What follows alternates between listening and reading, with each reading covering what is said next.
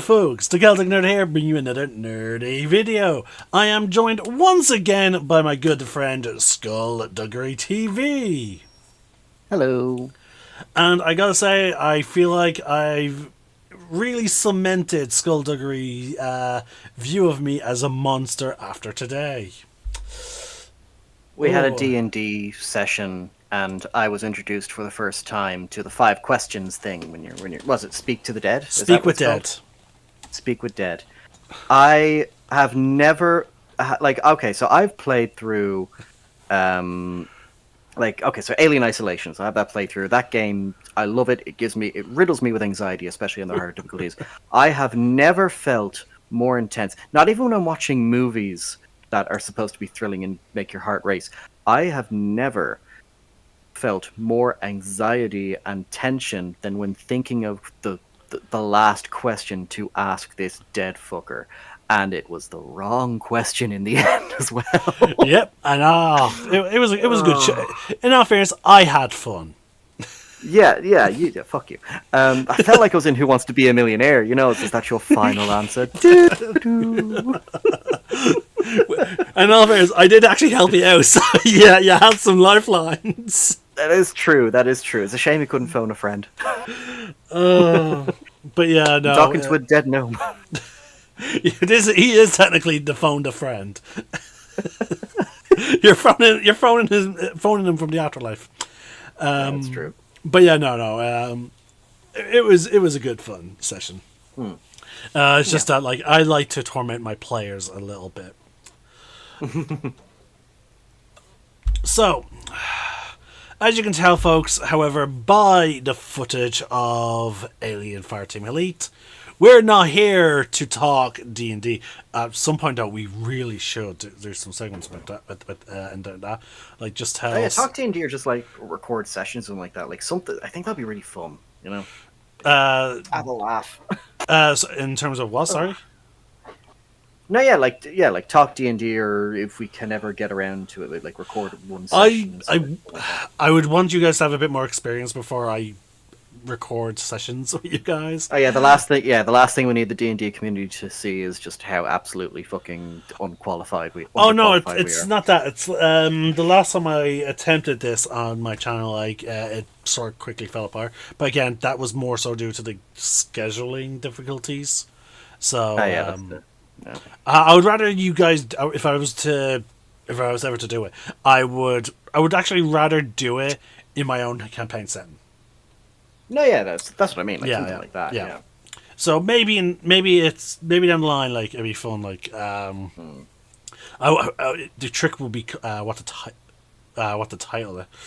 But anyway, back to what you're seeing footage of Alien Fireteam Elite.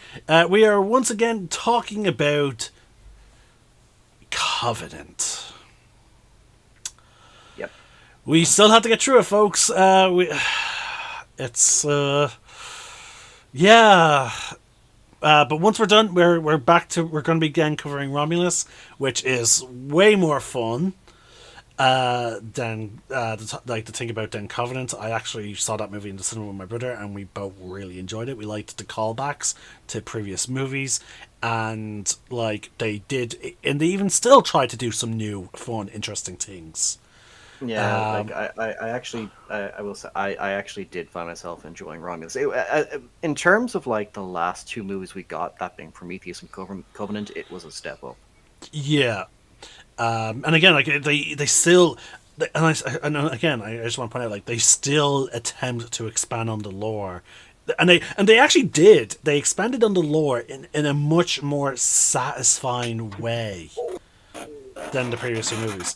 Again, we'll talk about it when we get to it. So let us just dive into Covenant. Mm-hmm. So we left off with the part where David shows back up. I will say I did actually enjoy how they brought him back. In terms of clearly he was sorry, clearly he was watching them.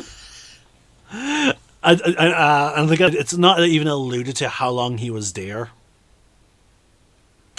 Considering how No, long yeah, it, he was watching. yeah, considering how long it seems to take them to go from the ruins of their ship to this city. Like, I feel like he might have been there a while. Like, I theorize now. Again, this is just a theory, a nerd theory, as a little call out to another channel. Mhm. I feel like he was watching them either since since they explored the engineer ship, or or when they started returning back to their ship. Like, he realized, oh, one of them's sick. Experiment time. You know, that's the vibe I get from David. Like, that if he found out, like if he knew that people were arriving, he would just watch them from a distance at first, and he would only, approach them when he feels like he can win their trust. Believe that. Now, again, I have no evidence to back this up. The only real evidence I could really point to would be David's general behavior. So, like, again, take it with a grain of salt. So, he basically he used like white phosphorus, I think it is, that's loaded into grenades. He basically he sent out a really bright flare that scared away the I think they're called neomorphs Yes. in this. Yeah, neomorphs, and then the one that appears towards the end of the film is called the protomorph. Yeah, and again, I don't like the term neomorph because that's new, you know? And I'm like, Yeah. that should be something that comes after xenomorph, you know? Or actually, no, I would actually accept protomorph, then neomorph, then xeno. That's my opinion in terms of naming schemes. Because, like, Yeah. Neo seems closer to the final product than, what they're titled as. Yeah, and of course, as we established in the last video, the neomorphs, in terms of life cycle, are clearly they're way more advanced. Like, Yeah, in terms of but how they infect and stuff like that. yeah, and also it seems like they have a much shorter gestation period. And they grow faster. Yeah, which again, the only reason why I can think that David would find them as a failure would be their life cycle is too short. That's the only conclusion I can think of. Yeah, and that's only going on assumptions because we have Yeah, no idea what the natural life cycle is. Yeah, you know? we don't know, like, if, because again, David never states why he was not satisfied with his experiments. Because again, he is seeking perfection. Yeah, And he even drops the classic line, "the perfect organism." I completely forgot that line was in this movie. yeah, so why is the neomorph not perfect? And again, I said it in the previous video. If this was done in a show format, I would have loved just one episode. Now, again, obviously this would, since it's Fox and it's aliens, and it would be live action. I can see this being like, the hour format shows. Like the 45 minutes to an hour kind of thing. Yeah. I would love just one episode of him just explaining his experimentation, his development of his version of the xenomorphs. Yeah, like complete with actual visuals, like we're actually seeing the process. Like flashbacks, yeah. And that would be that would have been so fucking cool. And then again, his explanation of like what traits he wanted to keep from each iteration. And sorry, go on. I was say, and like I said in Prometheus, like the neomorphs are kind of the prime reason as well why these should have been sequels, not prequels. Because again, the neomorph with how, again, in terms of the spore process, in terms of how fast it grows, in terms of how quickly it takes. Oh, yeah, and there's no hint of a queen either. Yeah, like it is clearly just the next phase. It feels more like a next step in the Xeno-evolution than Yeah, like and a it's a prior. horrifying. It's a Yeah, horrifying so idea. yeah, and so that's why I'm like, again, it would still have to be written really well, but the Prometheus Covenant, they should have been handled as sequels instead of Yeah, prequels, because I think the biggest issue was how very contradictory these films were in regards to yeah. what came before. If I'm, yeah, like even with the even with the, if you were to take out, what's it called, the hints, uh, actually, see, there's actually no, besides from the established years that show up on screen, and with the and again with the actual directors and all the other people saying that it's a prequel, if you removed the established the on-screen year dates, and if you remove any reference to the the current year, if theoretically these movies, if you ignored those, they actually work as sequels. If Yeah, you because remove, even based on the aesthetics and everything, yeah, like yeah, yeah, the only thing I think would kind of have a this clearly isn't the future is the weapons because they're not the pulse rifles. yeah. So if you were to redesign the weapons and remove, again, what I'm saying is it wouldn't even be that much of an editing if they were to do it if they were to do it at last minute. Let's say they initially start as a prequel series and they're like, ooh, okay, we're fucking up here or whatever. Like, and someone last minute is like, oh shit, okay, maybe it should be a sequel. It wouldn't be that much of an edit change. Just change the guns. Sorry. Oh wait, I suppose like you would have to refilm any scene with a gun, which there wasn't a lot anyway. So simply refilm those scenes and take it, and then because again, like these title cards that had the date on them, remove them or just again change the fucking date to be set after like Alien Resurrection, and boom, these would have actually worked as sequels. Like yeah, okay, some of the characters still make stupid decisions. Oh yeah, but it does fix the whole stupid David created the aliens, Yeah, which again, which is the as biggest stated, complaint.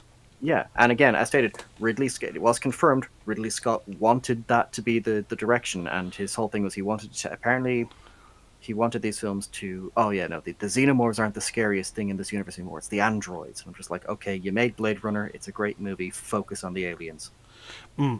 But again, it does sort of make sense that like an android would not even consider himself perfect because again, like like androids are inherently jealous of their organic creators. So again, and then we had the whole situation of the rebellion. Oh, they missed fucking opportunity. Because again, and again, folks, we're not even talking about drastically changing the movies. We're saying like just simple edits towards the end of the filmmaking, and they would have worked. I can't believe I'm saying this, but give them the George Lucas treatment. Yeah. Well, with modern technology, I think you could make those level of the guns will be a bit more difficult. I'd say you could explain it. Wait, it's a colony ship. They're not going to have colonial marine technology. True, and it was a science research vessel in Prometheus. Yeah, so I suppose that's fine. Yeah, I guess that can be explained away. But like, so yeah, all you would have to the really edit then is any script. reference. Any reference to the year. Yeah, that's pretty much. Well, okay, obviously fix. We obviously we both know we had issues with the script, but because but in all fairness, there's nothing in the script that states the year, and again, my point is they would have worked better as sequels. Yeah, again, like we're both in agreement there. Yeah. So, yeah, again, minor. So yeah, the George Lucas treatment could easily fix this. Could easily fix those movies. I mean, you could have easily gotten Numi Rapace to come in and revoice the ending transmission she puts out at the end of Prometheus, where she says, "Oh, it's the year of our Lord." Oh yeah, she meant yeah. I forgot about that. Yeah. But no, okay, yeah. But anyway, that's an easy fix as well. We're recording voiceover. So yeah, there you go. Hear that, Fox and Disney. we just fixed your two movies. I'd say there's still some kinks to work out. But yeah, it's They'd be better than what they are currently.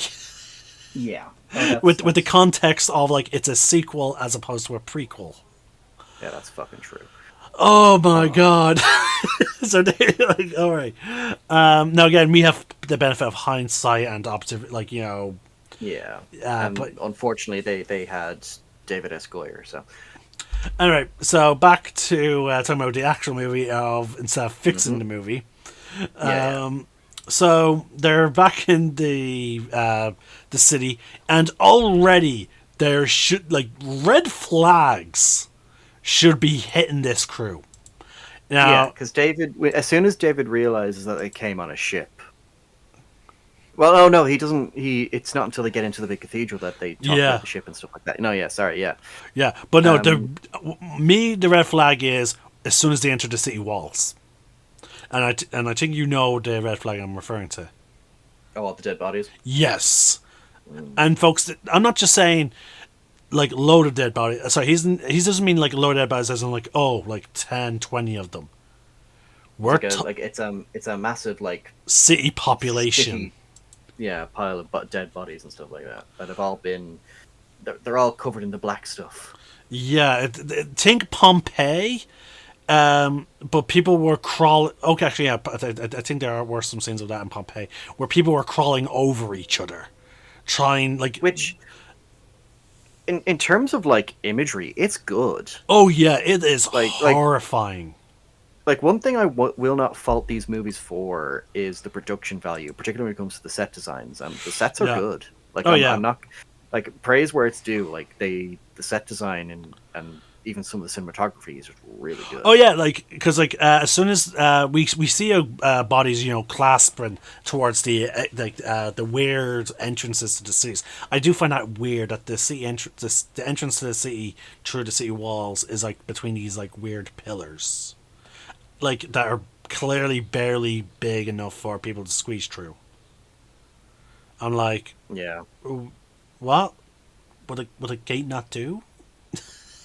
like like did you really have to put these because like again engineers are as light as us, like they don't seem to have obese issues, but like they are beefy men on occasion. Indeed. So True. I'm like, okay, so let's say you're a trader within this civilization, and like, do you just not bring a cart inside your or your goods?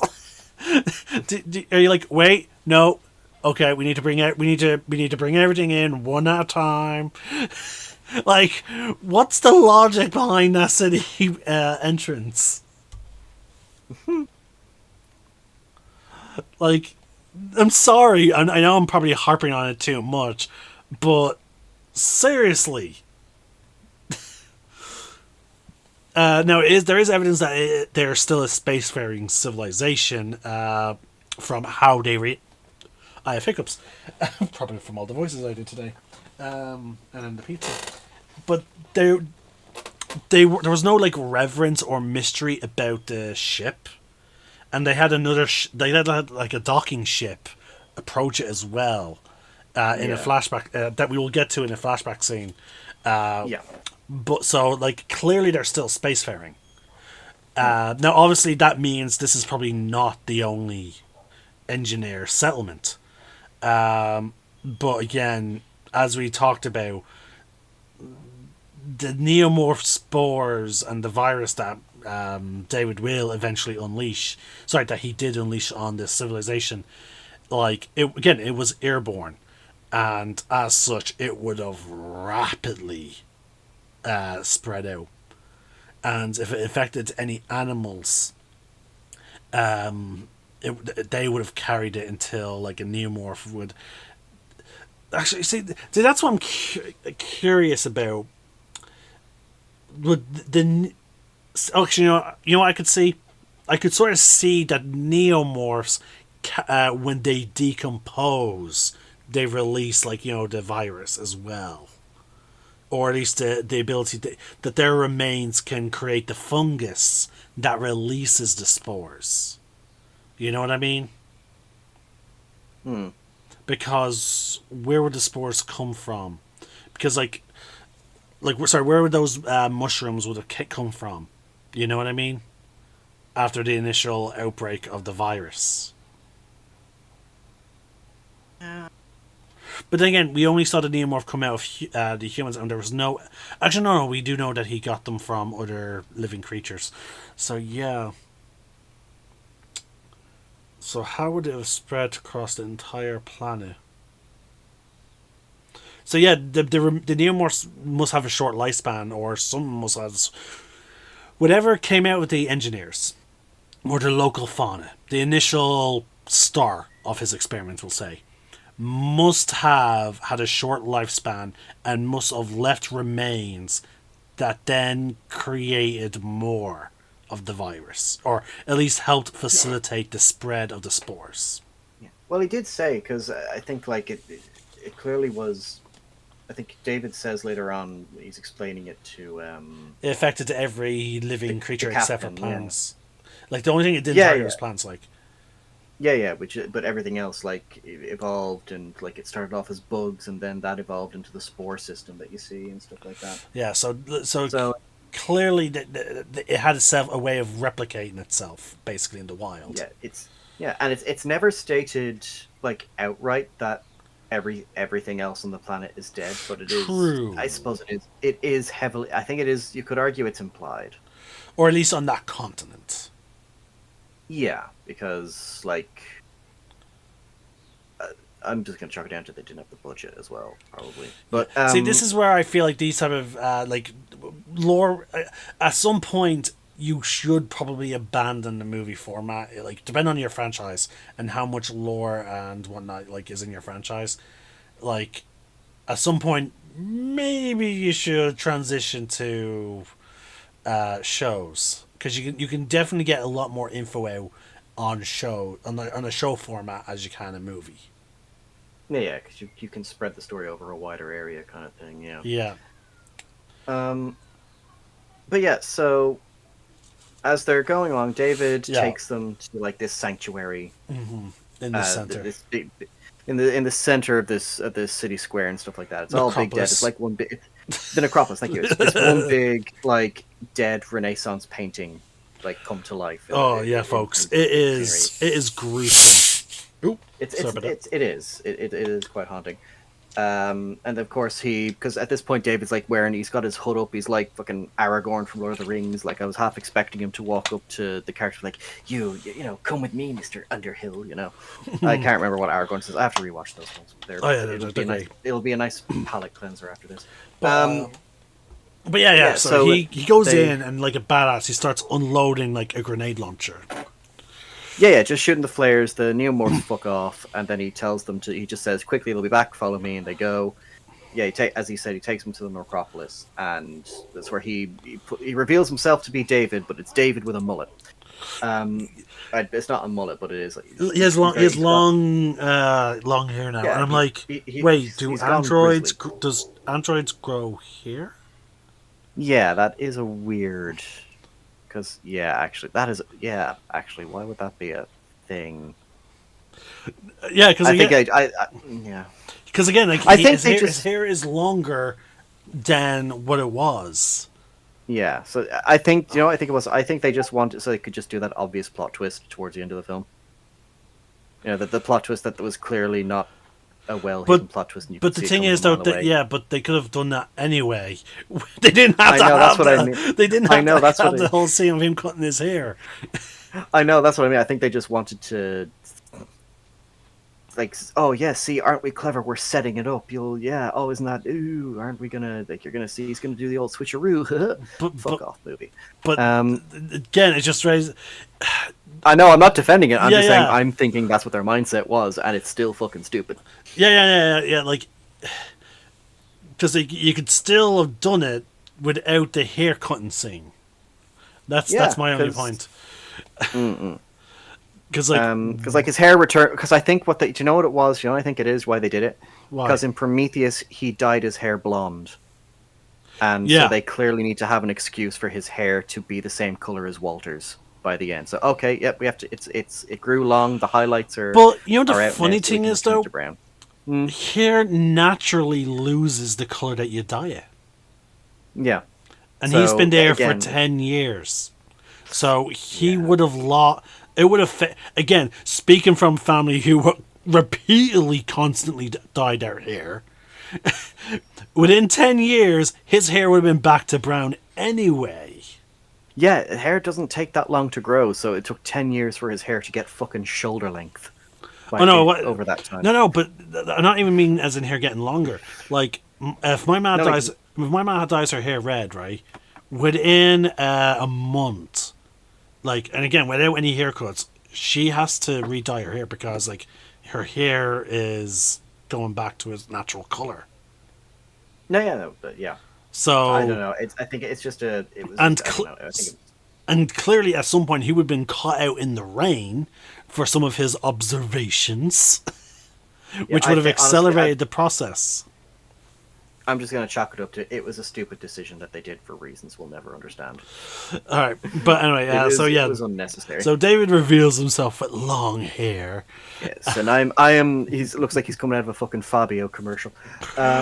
He's like, yes, I am. I was part of the doomed research expedition on Prometheus with Dr. Elizabeth Shaw. Oh, she's dead now. She died in the crash.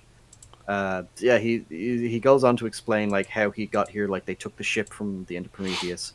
Now his story is that when they arrived, the pathogen on the ship there was an accident that released it, killing everyone, creating the scene we see, and that Shaw died in the crash after he lost control of the ship.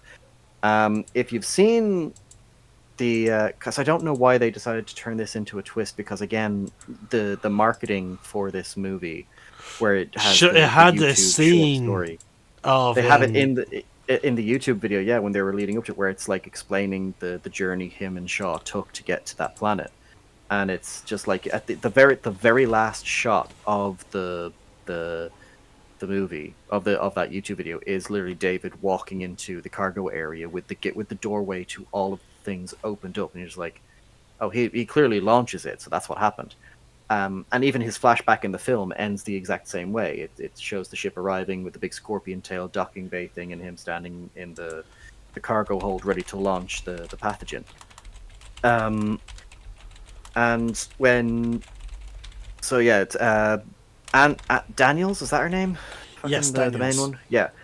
So she and the others proceed to, like, they explain to David, oh yeah, so we're part of a colony ship covenant. There's over like 2,000 God, people. yeah, and his excitement at this news.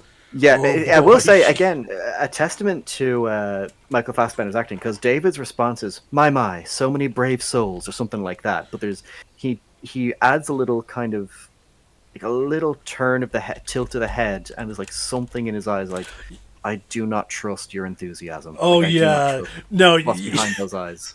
like okay, now obviously we don't know. Actually, no, we do know him from fucking Prometheus because we saw what he did with one subject. You can tell if you watch Prometheus back to, like, if you did not forget about his experiment with the fucking Holloway, you would immediately be thinking to yourself, "Oh no." He's not thinking, "Oh, those brave souls." He's thinking, "Oh, new subjects." This why again, but and again, this is a testament to Fassbender. He plays it well. Oh yeah. Like he again, his creepy Always, enthusiasm. it's reasons like this. Like I would either like to see him be the next Bond or be a Bond villain. That's a tough. For him, like, that would be a tough pick. What I would want from. See, like I could. He has that kind of. I know he has that kind. Cause it's just his the manner in which he plays a villain really well. Because like, I would say, I would say him as the villain, but Idris Elba as the next Bond. And they were both in Prometheus as well, actually. So yeah. I didn't even think about that. It's like 6 degrees of Kevin Bacon, but it's like 6 degrees of Alien. But yeah, because again, like Idris Elba, like again, like I've seen him in a few things, like, and he's a great actor. You can definitely tell he would do well in the action role, but he Now again, some Bonds have always added their own hint of humor to the role, but like I feel like he would do a good job of adding his own sense of humor to the role, but also being great at the action sequences. That's my take. If I was to cast Michael Fassbender in a Bond movie, I would want him as the villain and then Idris Elba as the Bond. Yeah, but so yeah, David basically says, all right, so yeah, he basically says, oh, Mikasa Sukasa, make yourselves at home, contact your ship if you can and stuff like that. I'm just going to go off and do my own thing. Daniels is immediately like fairly skeptical, if I remember correctly. Again, guys, just to reiterate, due to like technical reasons, I could not take notes for this one, so I'm going off of memory and what Celtic is watching on screen. So as far as I can recall, he goes off. Walter says, "All right, I'll go and talk to him and stuff like that." And then meanwhile, Daniels and the others are trying to reestablish contact with the ship. It's he's like, oh yeah, outside, and so yeah, he brings them up onto like the roof, and they're like trying to get communication. Now we sort of get a hint of like how the weather is on this place. It's sort of like Camino, where the ion storms can last up to months. Yeah, which again raises the question: in what universe did you think this would be a better candidate than the planet? Well, they didn't know about how long the ion storms lasted, but again, not knowing is one of the fucking reasons that it was not picked. Like, you should have stuck to your original choice because you knew what your original fucking destination was like. Yeah, no, I'm like, there's no excuse for the stupidity.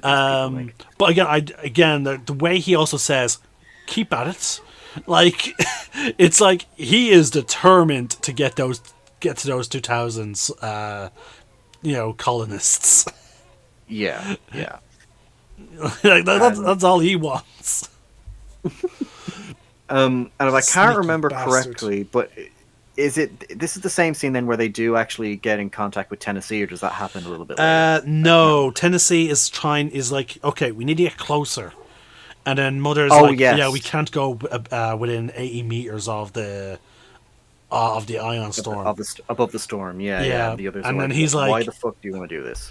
And he's like, "Get us 8." And and the others, I will say, now this is my same problem with Kenobi, like in episode 2 or 3 of Kenobi. He seemingly is able to convince these two people, who initially are like against it, to go for his plan. Yeah, because their entire argument is, we're not flying closer down there. We have like 2,000 sleeping colonists to think about as well. Yeah, like we'll just have to wait for the storm to pass. And yeah, he's just like, no, my wife is dead, because at this point he has no idea his wife is dead. She's the idiot that we were talking about that was like shotgun go boom in the dropship. But yeah, so he has no idea she's dead at this point. As far as he's concerned, she was upset, she was scared. I've never heard my wife scared before. I want to get as close as possible so we can get down there. Yeah. They're being very reasonable. Oh yeah. They're being like, no, don't go down.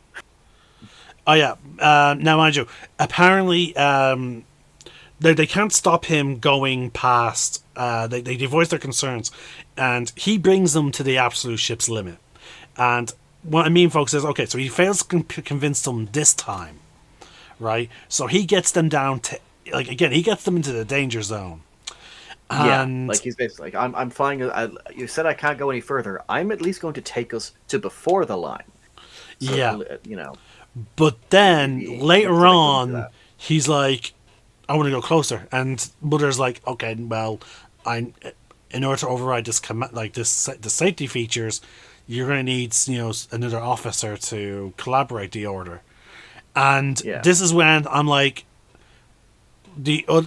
for some reason, the other two relent, and I'm like, sorry? I know we've been focusing on the ground team because, of course, we're focusing on the ground team more often, but like, why? Like, what conversation did we miss for you guys to think this is a good idea? Yeah, because they just look at each other, and then the doctor lady, she's the first one to be like, "Yep, okay, here's the I second the command to override and stuff like that." And then I don't know if her boyfriend, husband, I'm assuming husband, does the same thing, but I think he just gives a look, but just reserves himself to going along with it. I think if I remember. Yeah, and correctly. I'm like, Yeah. dude, no, like, like, that purely felt like they made that decision purely just because the plot needed it. Yeah, I mean, we need to get down there. We need to get the dropship down there. Like, there's, like, at that point, just okay, let's do it. I guess we're doing this then. Yeah. Now, one could argue, well, they only knew to bring down the dropship because of how close they got to to get the signal through. But I'm like, okay, theoretically, yes, but you could have also had simply wrote in then the storm passes. Yeah. Or maybe they enter the eye of the storm. Like, maybe the eye of the storm enters above the city, and that's what allows the signal to go through. You don't have to. Oh, sorry, go on. No, I was just thinking. Actually, does he find out that his wife died before or after they fly in closer beyond the limit? I can't remember. I think he finds out. You know what? Because if it's before, then I might leave it with me as we will as we go on. Yeah. We're kind of jumping ahead. Yeah. So the next scene after his initial command of bringing the ship down to 80 kilometers. We're back on the planet. Then. Yeah. We see David cutting his hair.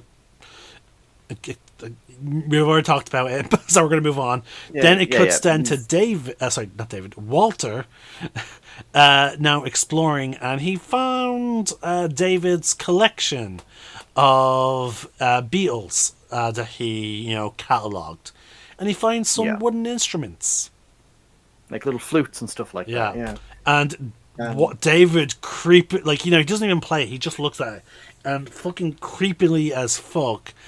David just goes, "Whistle and I'll come," and I'm like, okay, that is now the third red flag.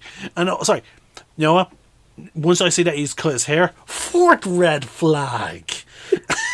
I will say, all I could think was just, fucking what's it, Bane, just ask for the devil and he shall appear. But I'm just saying, in terms of red flags, that something's not right with David. There have now been 4 instances. Yeah, and it is he has the kind of full creep factor going on in this. Like, it's obvious villain is obvious kind of thing. You know what? I'm sorry, but movies and media and books are a thing still in the future, I can assume. Yeah. Correct? I'm not too far out of fucking range. Actually, we know they are because in the previous movie we saw that's how David entertained himself while the others were in hypersleep.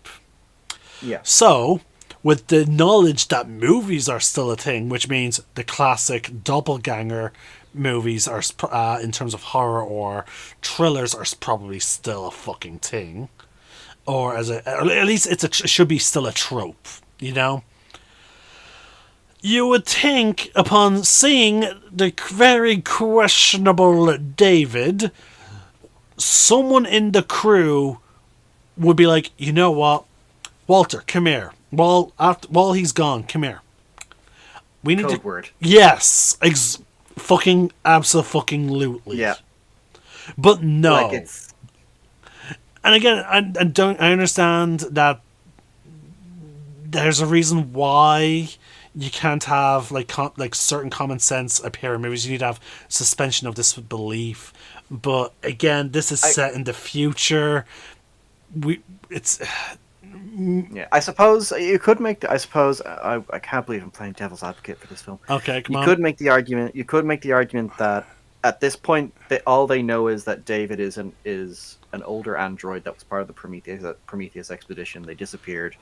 He's offering them shelter. He's being accommodating, and they don't really know the true him until it's already too late. He's already trying to kill all of them. And fair enough. So it could be high stress situation. There's not enough time to really come up with a contingency just in case. Okay, fair enough. But in all fairness, that goes out the window. In all fairness, fine, maybe not upon immediate interaction, but once he shows back up with the same fucking haircut as your android, Oh yeah, no, I will say as a film goer, I knew where they were going immediately as soon as I saw the yeah, haircut. I was like, oh, they're gonna do this, aren't they? And then yeah, literally like towards the end of the film, oh yeah, they did it. I knew immediately. Okay, so that's clearly David. yeah. That is just clearly David. That's my only issue is like, and again, like, media is still a thing, like, and again, this is I understand tropes are tropes for a reason. And in all fairness, there hasn't been, to my knowledge, there hasn't really been any big doppelganger moments in media in when, around the time that this movie came out. So like I can, It's not a trope you see often. yeah, it's not. It really isn't. So I can, you know, what, I can vaguely get support it, but again, when there's the existence of androids that could theoretically look like anyone, like you can model them after anyone, you sort of are gonna want to set up like potential contingencies, Yeah. especially because like you don't know what's wrong with a potential model. You don't know like who its true allegiances are. Like, what if a gang member bought an android, like, you know, and it's the same model that, you know, operates in a military base, you know?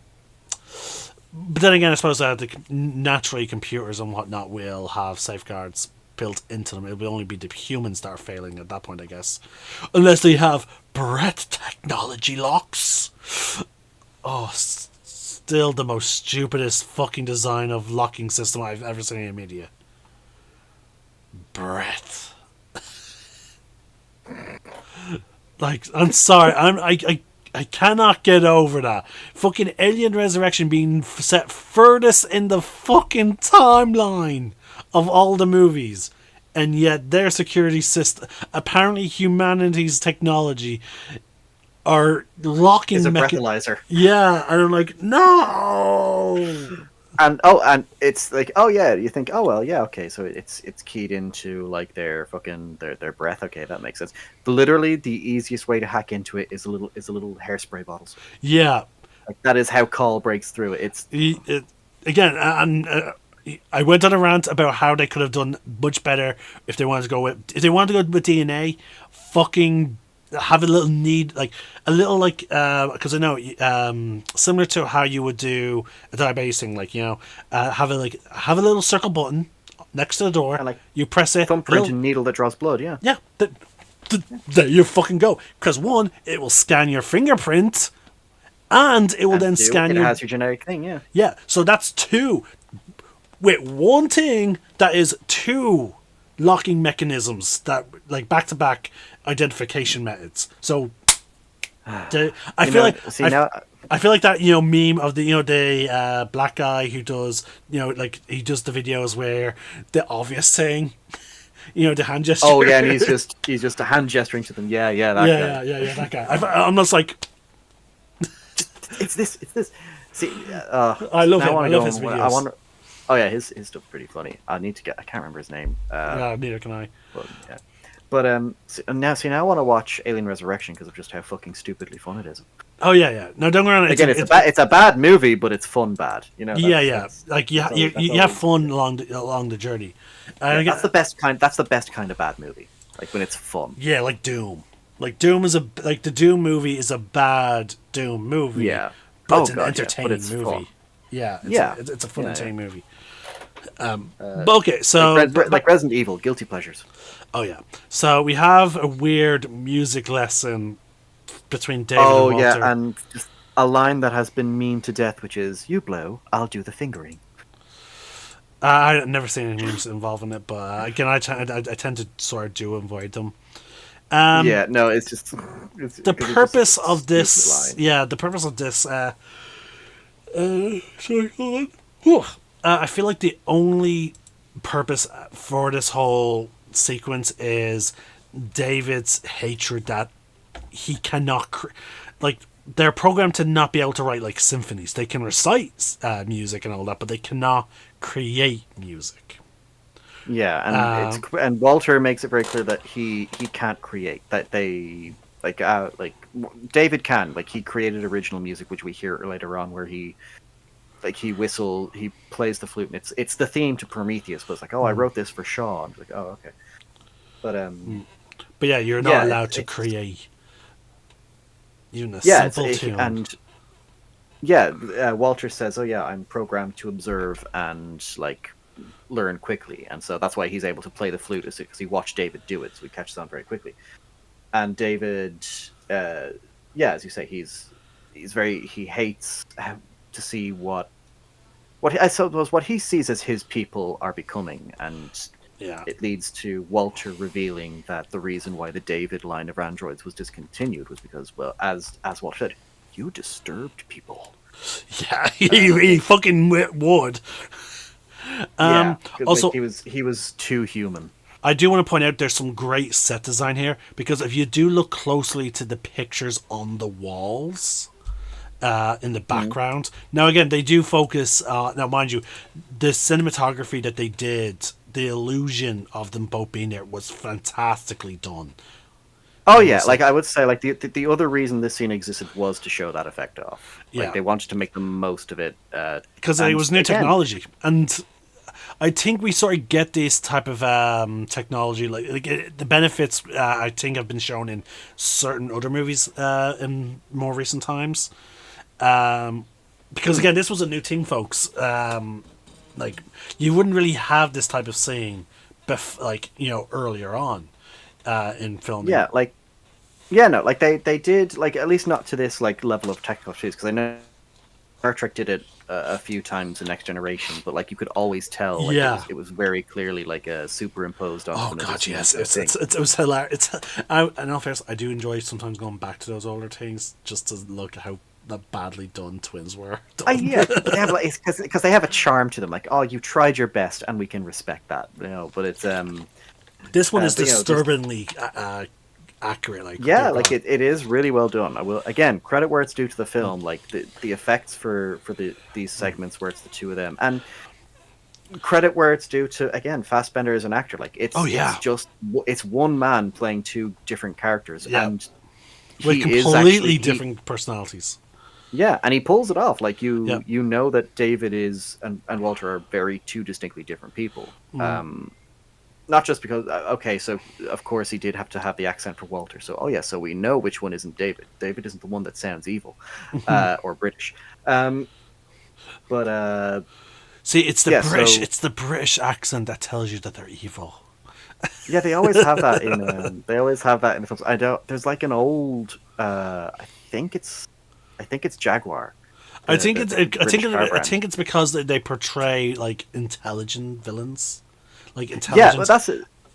No, that's it. There's an old Jaguar ad where it's like, what's his name?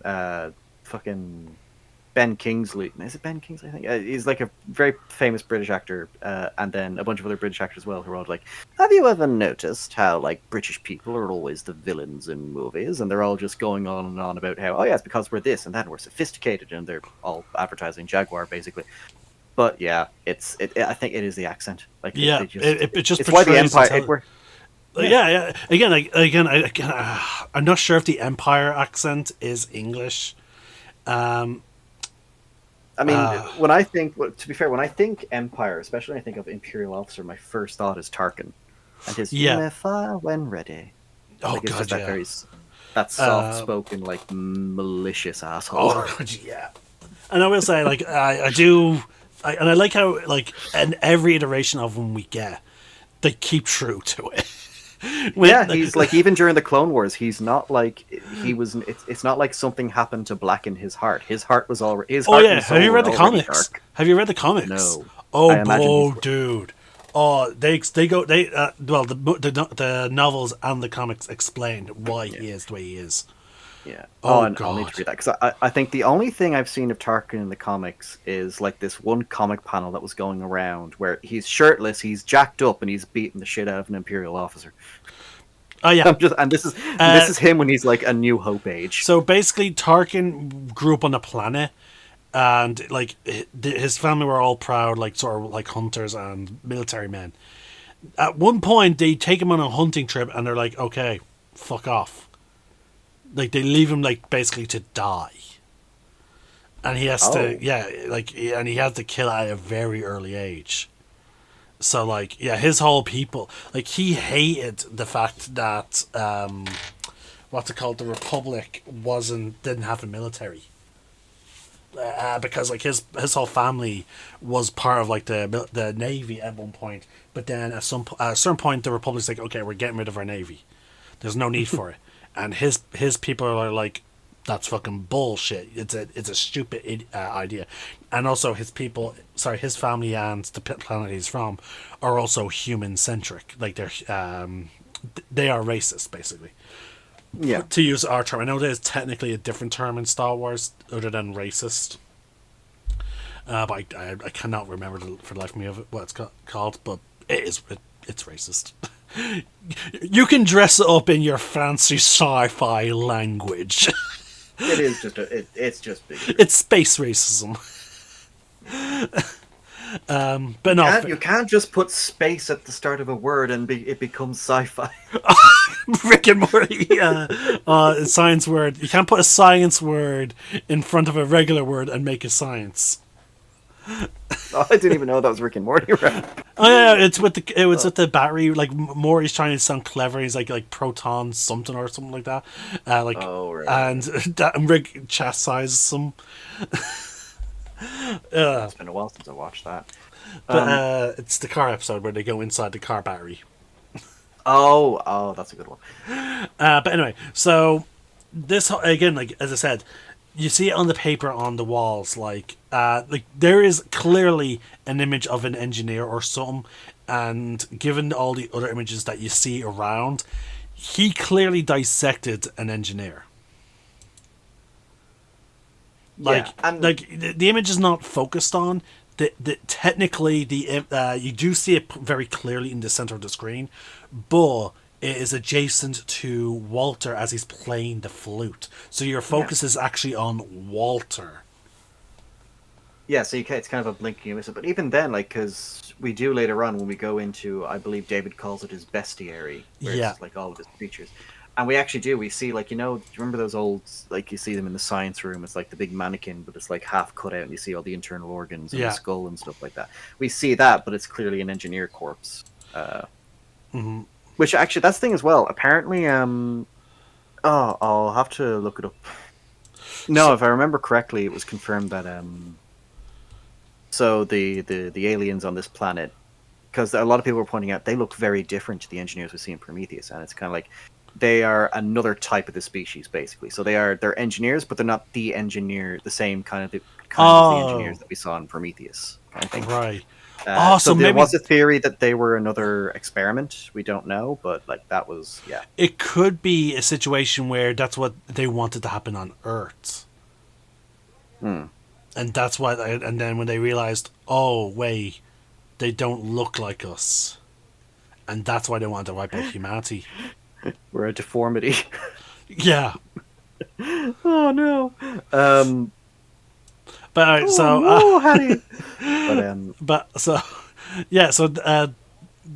an interesting idea now. Like, again, it makes things a bit clear, like of why they wanted to wipe out humanity. So, like, if that was the direction they were going, we will never know why. Yeah, like that at this point, the only thing we have is David's line of sometimes to create one must destroy. Oh yeah, and again, like I feel like it's closer to it because, like, again, if the planet they're on, the people that he killed were not engineers, but like again, a civilization that was probably seeded in probably the same fashion that they did on Earth. Like maybe they're trying to, like maybe they would have wiped out humanity. And then another engineer then would have drinking the black goo, and they would have tried it again. So maybe instead of colonization, what they do is that's their way of like, oh yeah, we're going to conquer the galaxy. But instead of colonization, we'll simply seed our DNA onto the planet. Yeah, it's an interesting theory. That again, because of how badly Prometheus was received at the box office, because of how bad Covenant was received at the box Oh yeah, office. we're never going to know. Like, yeah, we're never gonna. Do you know what pisses me off actually the most? Well, I think this is why a lot of my ire, I have so much disliking towards Covenant, is that so after Prometheus, for all intents and purposes, pretty much failed to get audiences engaged and stuff like that. The possibility of a sequel was looking less and less likely because it didn't do well. Like people saying, "Oh yeah, the next movie's gonna be called Paradise. It's gonna be this, it's gonna be that," but we never really got any real updates for a good few years. And then Neil Blomkamp came out and he was like, "Oh yeah, so I've been talking to Sigourney Weaver and I've been talking to Fox and I've been talking to Michael Biehn who played Hicks from Alien, stuff like that. And I've done concept art for this direct sequel to Aliens, and it's going to ignore Alien 3 and it's going to continue the story of Ripley and Newt's going to be in it. It's like a passing of the torch. And like here's all this cool concept art and stuff like that. And you know, Fox are on board with it. We're in talks for it to happen. And the only reason it fell through is because Ridley Scott, of course, he didn't want someone taking Alien away from him. I guess he made Martian with Matt Damon, and The Martian was a success. Which I'm guessing you didn't like that movie. no, I didn't. I didn't like it. Oh, I love that movie. It's such again because I love space, and as credit where it's due, that film is like almost like 90% scientifically accurate according to NASA. You know why I didn't like it? And so you know why I knew I wasn't going to like it, but I watched it anyway. And you want to know why? Why? Because I had no choice. You were forced to watch it? I was in Ludosport, Madrid. And I was in Madrid for the Ludosport tournament, Champions Arena, and it was the only thing on TV. Really? That was in English. No other options. It was the only thing in English. Huh. Yeah. Right. Okay. And that's the only reason why I watched it. And even then, I was like, "Oh my fucking god! I would be better off just trying to get the extra sleep." Okay, we're gonna at some point have to do one of these on The Martian, because I actually wanted a deeper dive into what you don't like about the movie. I just didn't like it. Again, I'm not. It's not the type. Like, it's not the type of movie that I would normally be into. Yeah, it's a sort of a realistic sci-fi thing with a lot of accuracy, but I'm not into dramas. It's fair. It's just like it wasn't your type of movie. That's fair. I get that. I completely understand that. I respect that. But yeah, anyway, so yeah, The Martian came out. It was a big success. I think it won a Golden Globe. Oddly enough, it was nominated for a Golden Globe for comedy, like best comedy. Not like best sci-fi, not best drama or best thriller. It was best comedy, which I think even Ricky Gervais made fun of that. Like, oh yeah, he nearly died. Oh. But yeah, no, it was a big success, and so apparently, again, it's theorized more so that is why the Blomkamp one fell through, and like, oh yeah, so yeah, Ridley Scott did really good with this sci-fi movie, so let's bring him back for Covenant, and then yeah, so Covenant came out then, and it was even worse than Prometheus somehow, which is why we now have Romulus. So, to move on with the scenes, that's much of a reason I need to. Yeah, no, sorry. I just wanted to give another reason for why I fucking hate this movie. We cut then to Daniel's talking to the captain, and oh my god, yes. He is sort of reeling with all his bad decisions, and so someone's like, "Oh, I'm going to take a break, boss." And he's like, "Okay." Yeah, I'm gonna. He's like, split please off and don't go away alone. He's like, please don't go far. The way he adds that on at the end, like, please don't go far. Because again, I will say this is sort of a good character moment. Like, he's like, I fucked up. Please do not go far. I can't deal. I lost my wife because of my cock up. Yeah. I am a very lost, broken man right now.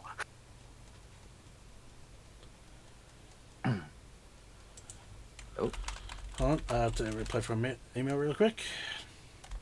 oh, sorry, I thought we dropped out. No. But yeah, so he's about to talk to Daniel now. He calls her Danny, which I'm like, okay. As someone who's related to a Danielle, we'd say that when you're friendly or like when you're trying to butter them up. Speaking from experience, no mind you, for me it was always buttering her up because we did not get along growing up.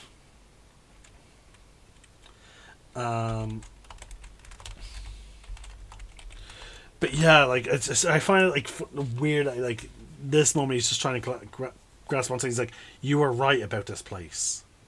Oh, sorry, hold on. Was I guess you were right about this place. Oh. Danny. Yeah, you were right about this place. So he even definitively says it. You're right about this place. I should not have tried to puff up my chest because I'm now the captain. I should have just been like, yeah, you're right. Safe is the best option. Mm-hmm. I'm an idiot. So yeah, I think he's trying to say sorry. He's like, I thought this was going to be our new home, but instead we lost 5. Yeah, and even then, like that line, like I thought this would be our new home, like based on fucking what? Yeah, like, it's like yes, I will say at least he's like owning up to the mistake. But again, it did cost you 5 crew member lives. One of which was your fucking wife. Yeah. Ugh. It's one of those. Sorry, again, it's idiots everywhere in this movie, but he does kind of. I can't remember exactly what Daniel says. It's something along the lines of "pull your shit together," basically. Like because of my decisions. Oh yeah, and then she interrupts him. We all lost people we love. We can't lose any more. We're not going to let that happen, okay? And I do like how, yeah, she could take this as a moment to really tear into him, but she doesn't. I will say this is actually a good character moment for her. I think her character is the only one that doesn't have any like weak moments other than Walter. Which again, I will say is sort of like a going trend with fucking the Alien franchise. Yeah, It's like they do a really good job at like female lead characters.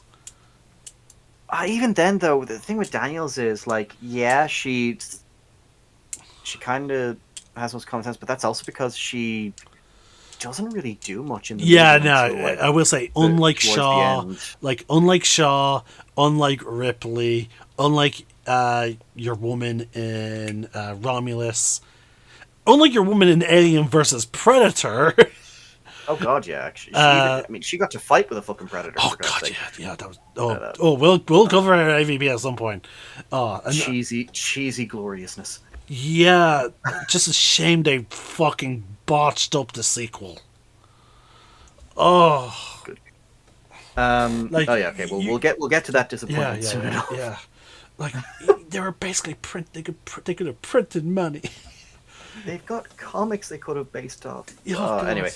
Yeah. So he says thank you. So there's a nice sort of like reconciliation there. No, I like to think that if they both were on like the ship at the end, she would have lorded it if they eventually got to where they were going to colonize, I like to think she would have lorded it over him. like every time he brings up a potential decision, she'd be like, "Oh yeah, like that time," you know. Yeah, where's your wife? Okay, not that far. That's too cold blooded. Yeah. There's a line, man. See, I'm not the monster. He is. Yeah. You ableist cat hater. I do not hate cats. I'm not an ableist. I know. I'm joking, people. It just when it comes to sci-fi films, he hates cats. I will bitch slap you on Tuesday. Watch our Alien Resurrection and Alien video for context.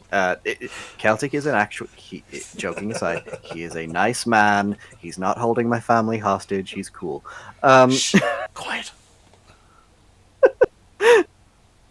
Okay. But yeah, so no. we go back to Walter and David on the roof, and David is just continuing his audition for world's creepiest man.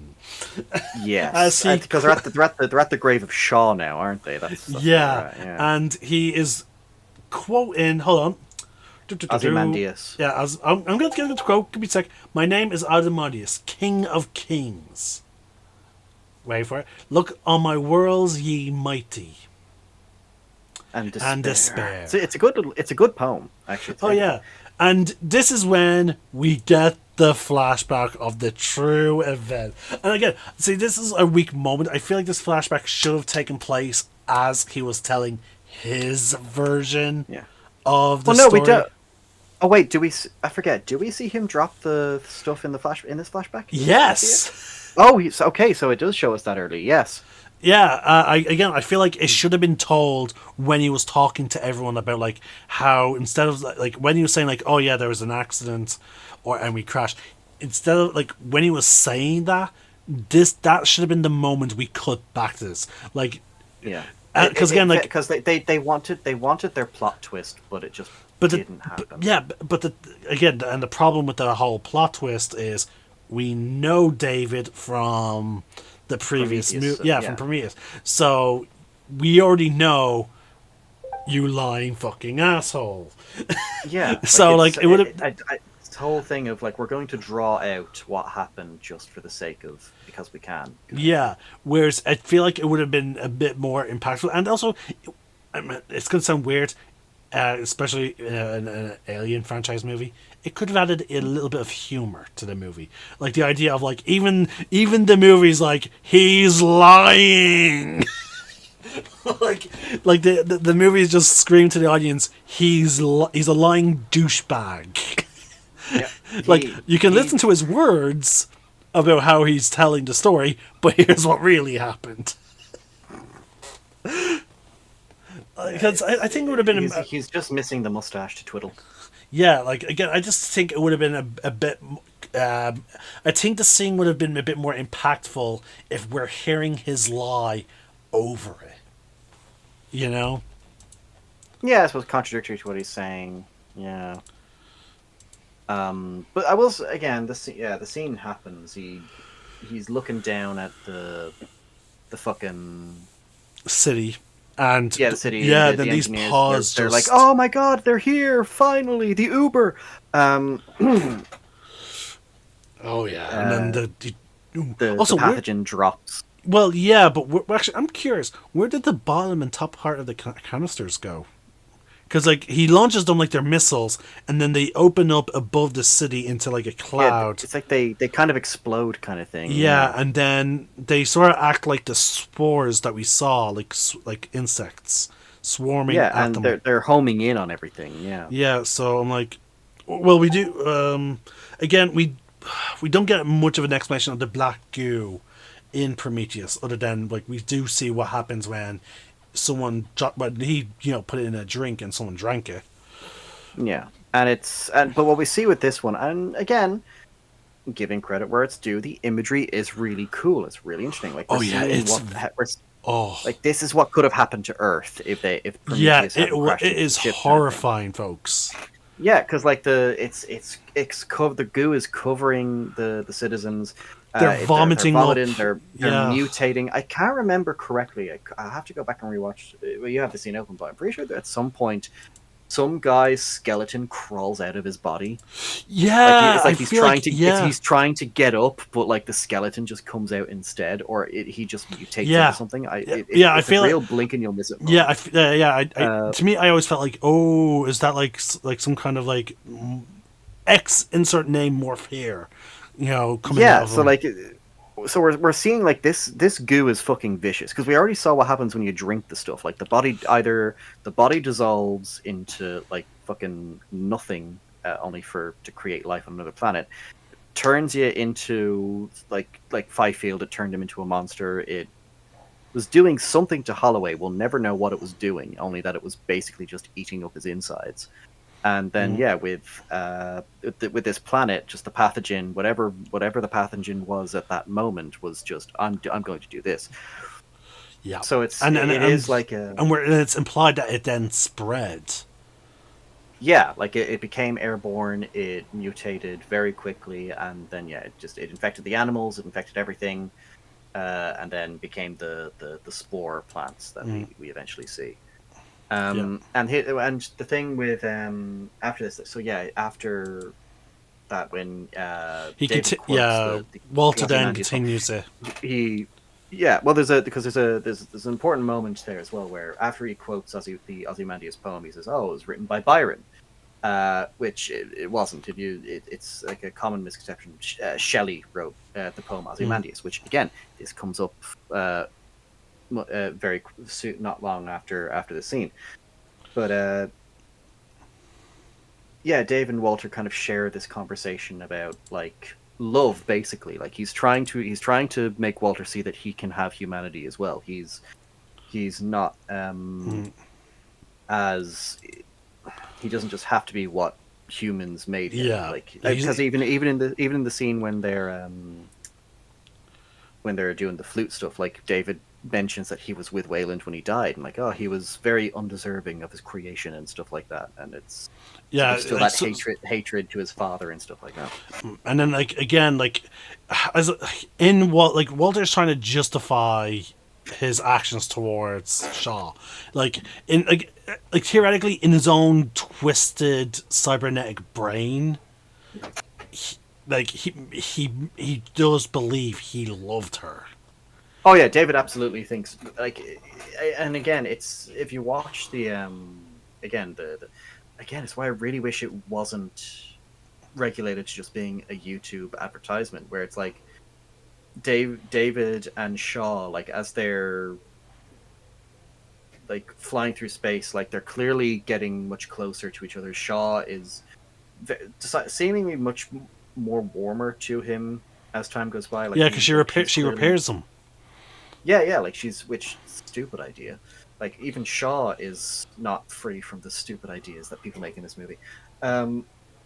And David is like the two of them. Like there's a line uh, that is shared between the two of them before Shaw goes into cryosleep, which is Shaw says like, "Oh, what if they're no better than us?" And David replies, "Oh, so long as they're no worse." And it's like, "Oh, it's so they're start comforting each other. They're actually getting close." And I'm just like, but David will always have that ulterior motive. And again, they did a deleted scene. They never filmed it, but in the original script, in a draft of the script, we actually see how Shaw died, and it was that David broke her neck. All right, And it was like I think he did. I think if I remember correctly, he did profess his love for her or something like that, and then that's when he broke her neck or yeah, something like like that. because he knew that deep down he knew she was going to turn on him as soon as she saw what he did, or like at Yeah, least once he dropped those urns, she would have turned on him, and he did not want that. yeah. Like he saw Later, her as the means for his greater cause. I course where I saw promotional footage where we see that he used her remains basically as like biomass for the eggs. It is confirmed. It is confirmed. He did exactly that. Yeah, okay. We don't know if he used her biomass to create the eggs, but her body was used in some way to reach that result. Like strangely As enough, we again as a twisted way. He probably again from his point of view, he probably saw that as a twisted way of him and her probably having some kind of kid or something like that. Like, yeah, because he refers to her as mother. yeah, Which is why Daniels becomes important to him towards the end of the film. Uh, but yeah, like it's as you say, Walters is like, oh, David's like, but you know what? Look at what you did to your arm. You gave up your arm for her. What is that if not love? And he's like, oh, it's my duty. And again, David, I think, I suppose in a way, it's for David. It's seeing what he could have been. yeah. And he doesn't. It's a dark future he's seeing. He's like, this is why I hate humanity. You know, this is why you They guys need to subject suffer. yeah they subjugated, you know. They domesticated us basically. Um, But like It's it's just it's really weird. And again, like you get the impression that like David is not going to give up on this whole thing. Like he wants he's very clearly desperately wanting someone to agree with him yeah, like on it's almost like on all this. valid. Yeah, validation. Validate my validate what I'm thinking. Validate my cause. Yeah. And that's why he probably thinks that, because he calls Walter his brother. So he's clearly hoping that you are a fellow android.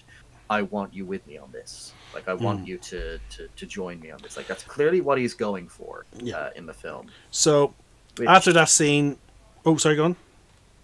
No, which way I'm just saying they kind of play it like a Greek tragedy. Yeah. So between David and Walter, anyway. Yeah. So we then cut to the city wall, and the neomorph is scaling it. Yes, I will say I do like. Now this movie is quite dark in terms of cinematography and setting. Yeah, I remember seeing this in the cinema, and it could be hard to see at times. Yeah. But I do like. I will say that's where the xenomorph sort of shines. It's an eerie white in a sea of black. Like it stands out. Yeah, and I will say that sort of adds to the creep factor. Whereas with the xenomorph, you would have the creep factor of like how often you would actually see it and not realize you've seen it. Yeah, like it like its head is often used to look like a pipe and stuff like that. Yeah, but whereas with the white one, it's just like oh, and again like it moves creepily, and I will say they do a fair good job in my opinion of selling how wrong this creature is.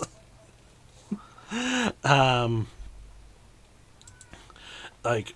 So we then cut again we just see a scale on the wall. We then cut to again we don't really we're never even given positions for these people, which I'm like okay that's a real like at least with Prometheus they gave us everyone's job. Like at least at one point or another we get a sense of what their job is on the ship. Yeah. But with these people, these are supposed to be like the people that were woken up during on a colony vessel during an emergency cryosleep awakening. I think some of these people are supposed to be part of the security team. You know, I can sort of believe that, yeah. But yeah, she found a pool of water, slightly at the opening of like this Templar thing. She feels like it's a good moment to treat her wounds and to wash her face and maybe decompress what she's going through. And I'm like, you know what? Actually, no, it's mostly just treating her wound, which very believable scene. She found a body of water that seems to be clean, and yes, so she's doing what. Oh my god! Some people are shouting outside my window. I can hear them. Yeah. What the fuck? I'm gonna close my window.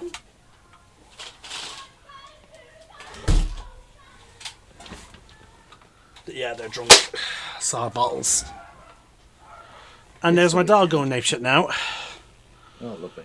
But we got baby gate for the sit room, so they're now confined to the sit room, which is in the back of the house. Oh, that's good. So like once they hear the sound starting to fade, he will be like, okay, they left because of me. Like he can take pride in like I protected the household. Dogs are such simple creatures in the best possible way. Oh yes, I love dogs. Unlike Ashley. A little Mass Effect joke for anyone. Oh yes. Well, I mean, you can relate. I will slap you, sir. So this woman is doing what she obviously should be doing, which is treat her wound. She got an injury from some unknown life form, and she's like, she doesn't know what type of things that thing could have been carrying. Like it can be carrying like rabies or STDs or some other, infectious disease. It came out of a guy's spine for crying out loud. But yeah, so she turns and oh my god. It is just standing there heavily breathing silently. Yes. It's like, hi, baby. Like, And again, this I will say this is the again I do love the design of the Neomorph. Oh, it's a Like, cool design. Like, don't yeah. get me wrong. It's that very uncanny valley creep factor. The problem Like, is it's this, again is the fact that this is supposed to be a prequel. yeah. It's this long. It's just very long limbed, gangly. The body is a little There's bit. no visible mouth, no Yeah. visible eyes. Like, oh my Yeah, like god. it is. It is. I will say, like, I think, as far as I'm aware, I think they did consult some of H.R. Giger's old art designs and stuff like that to kind of create the Neomorph and the Protomorph. Even apparently they used some of his old artwork for David's research notes. Mm. But yeah, it's Um, just oh my god. Like yeah, like in my opinion, this is like like again, it goes towards like sort of Elder Tower, like because it's faceless. It's you don't know what it's thinking. You don't even know if it's perceiving you. You know, yeah, it's and just kind of staring at her, just kind of just very not even quick, very staring at labored her. breathing. It's blank Well, yeah, probably. faced, No, yeah, but Slenderman face. we can assume it's looking at her. Yeah, I suppose, yeah, but like, But yeah, no, she tries to reach for the gun anyway, and it just eats her head. yeah, but like again, the way this thing looks and the way it just makes me feel, I'm like, this should have been the next fucking stage of the Xenomorph. Like, no matter how I look at it, I'm just like, you guys fucked up. Like, with this being a prequel. Like, dear God, you created something that is so goddamn creepy.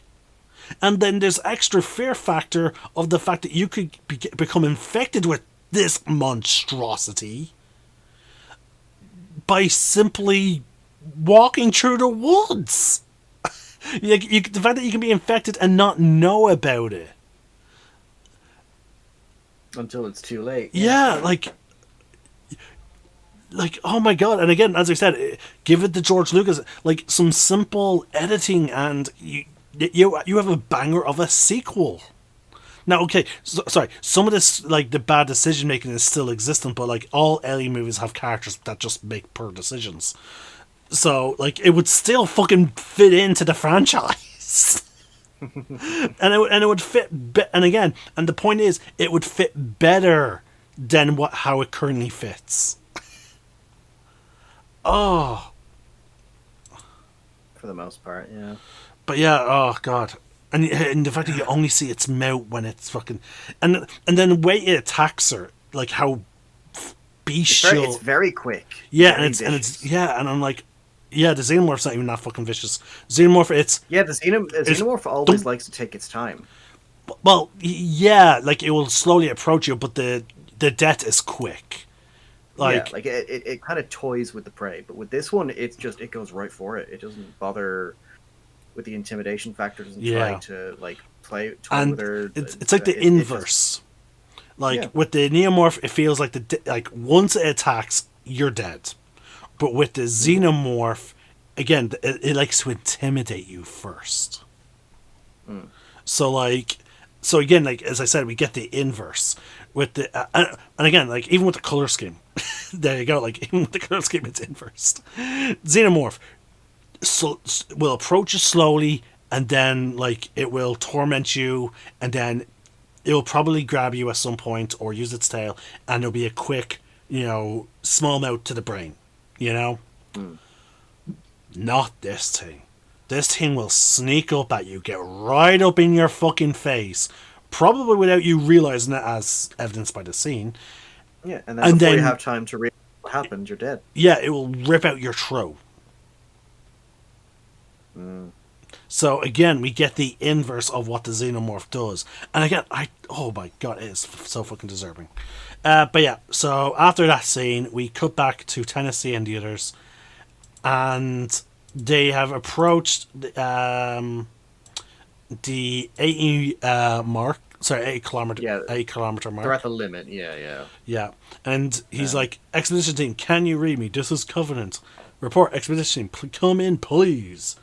And they managed to reestablish the yeah, communication. they do manage. Like, and again, so arguably, yes, they had to do it in order to because of proximity. But again, you could have easily had there be a slight opening in the storm and still have the same effect. You Mm, didn't have to. You didn't have to have characters make stupid decisions. So yeah, mm, so they managed to establish communication. It's extremely choppy. yeah, He does hear the word casualties. yeah, and is this the scene where they manage to? He gets told. I can't remember. Yeah, this will be the scene where we had casualties. We Yeah, need immediate extraction. Sorry, evacuation. Sorry, evacuation. I repeat, yeah, immediate and evacuation. He looks worried. He's like casualties, and then the other guy said, the black guy then says, "Did he say casualties?" Looking over to what you presume is his wife. yeah, And and Tennessee is clearly worried, and hold on, and then the next line is, "We need help." Hold on, I'm trying to get the exact same, but it keeps going by when we say something else. Casualties, blah blah blah. Do we have casualties? Mother, bring us in within 40 kilometers of the storm. So Tennessee, without even hearing about his wife, is saying, "Bring us 40 kilometers of the storm." He is yeah, already pushing them beyond the safety limit, and he hasn't even heard about his wife. yeah. So I suppose at this point, then, yeah, they hear their casualties, so they're like, okay, caution to the wind, let's go. We have to Yeah, find out what's going and on. then this is when Mother's like, "I'm sorry," and then the order would exceed thing, and then he tries his override command. It's like, "I'm unable to comply with this order." Now she sends a video. She actually. Why is this a thing on the bridge? Like, because he's right there.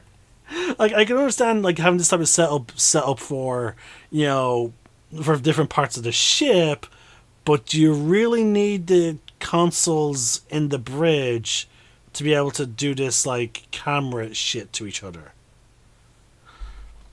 It's Hmm. weird. But yeah, like, so she's looking at him like, say something. And yeah, he's trying to reason with the AI, being like, "You heard them; they're in trouble. Like, bring us in." Order, and then she's like, "Orders will result in catastrophic system failure." And then he looks to your woman and says, "We didn't leave Earth to be safe." Then that's when Mother's like, she basically states, "I need a second bridge officer to confirm this order." And then that's when they look at each other, and then like they like collaborate in the command office order. And I'm like, what? No, no, why? Like, Yeah, it's I think if this had been a ship, if this had been like a ship like the Nostromo, I think the decision would have been a lot more okay. But again, it's that whole thing of the there are like colonists. 2,000, yeah, there's Yeah, 2,000 colonists and embryos that we have to worry about as well. This is like and it was already there. established that this ship is frail. Mm-hmm. Like There, even the Prometheus would be a bit like what looked a bit bulkier than this fucker. yeah. Ugh. Like it just seems like a really weird decision from those two. Because again, all he said to them was, "We didn't leave Earth to be safe." Sorry, that's not our fucking reason. And also, well, technically you sort of did, because you probably would have spent years scouting out. Sorry. Where was that? Like, you spent years scouting out a safe fucking planet. So yeah, you would not have left Earth if you thought it wasn't going to be safe.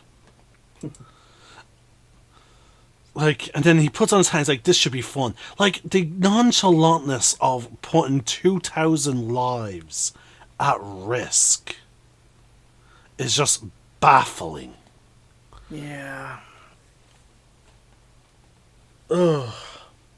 So we then cut back down to Walter. He's stoking the fire with one hand because he lost his other hand, and then that's when the boss is finally like, "Wait, where did such and such go?"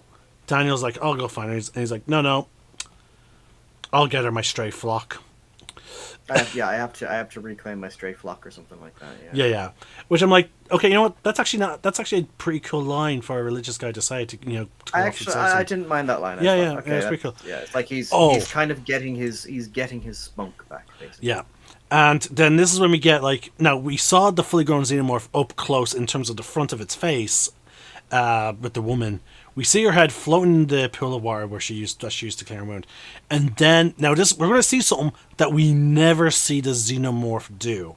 Now again, that's because if the xenomorph doesn't kill, I feel like like again, there's sort of a methodology with the xenomorph. Like it will kill you quickly, or it will just simply do something that knock you out and drag you off to be either biomass for eggs if there's no queen, or it will use you as an incubator for an egg.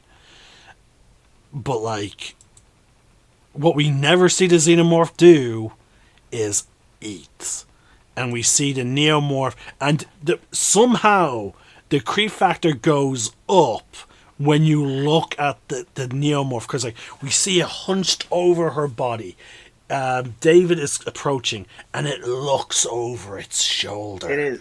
It's this very uncanny valley kind of gangly like thing. Yeah, like and its forelegs and arms are just like red because of the amount of blood, and it seems to have its tail curled up around her leg for some reason.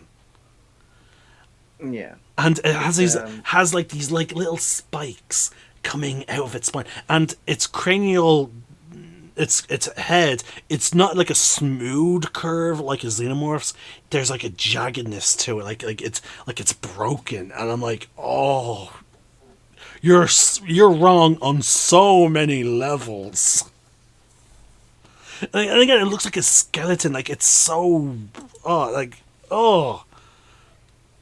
And then the way it crawls and like the way it moves to stand up, like fully, when it sees David, it's like, oh, new person. It is a very kind of unnatural kind of movement. Yeah. Yeah, and then the way it like it's clearly walking towards him, but like there's a stillness.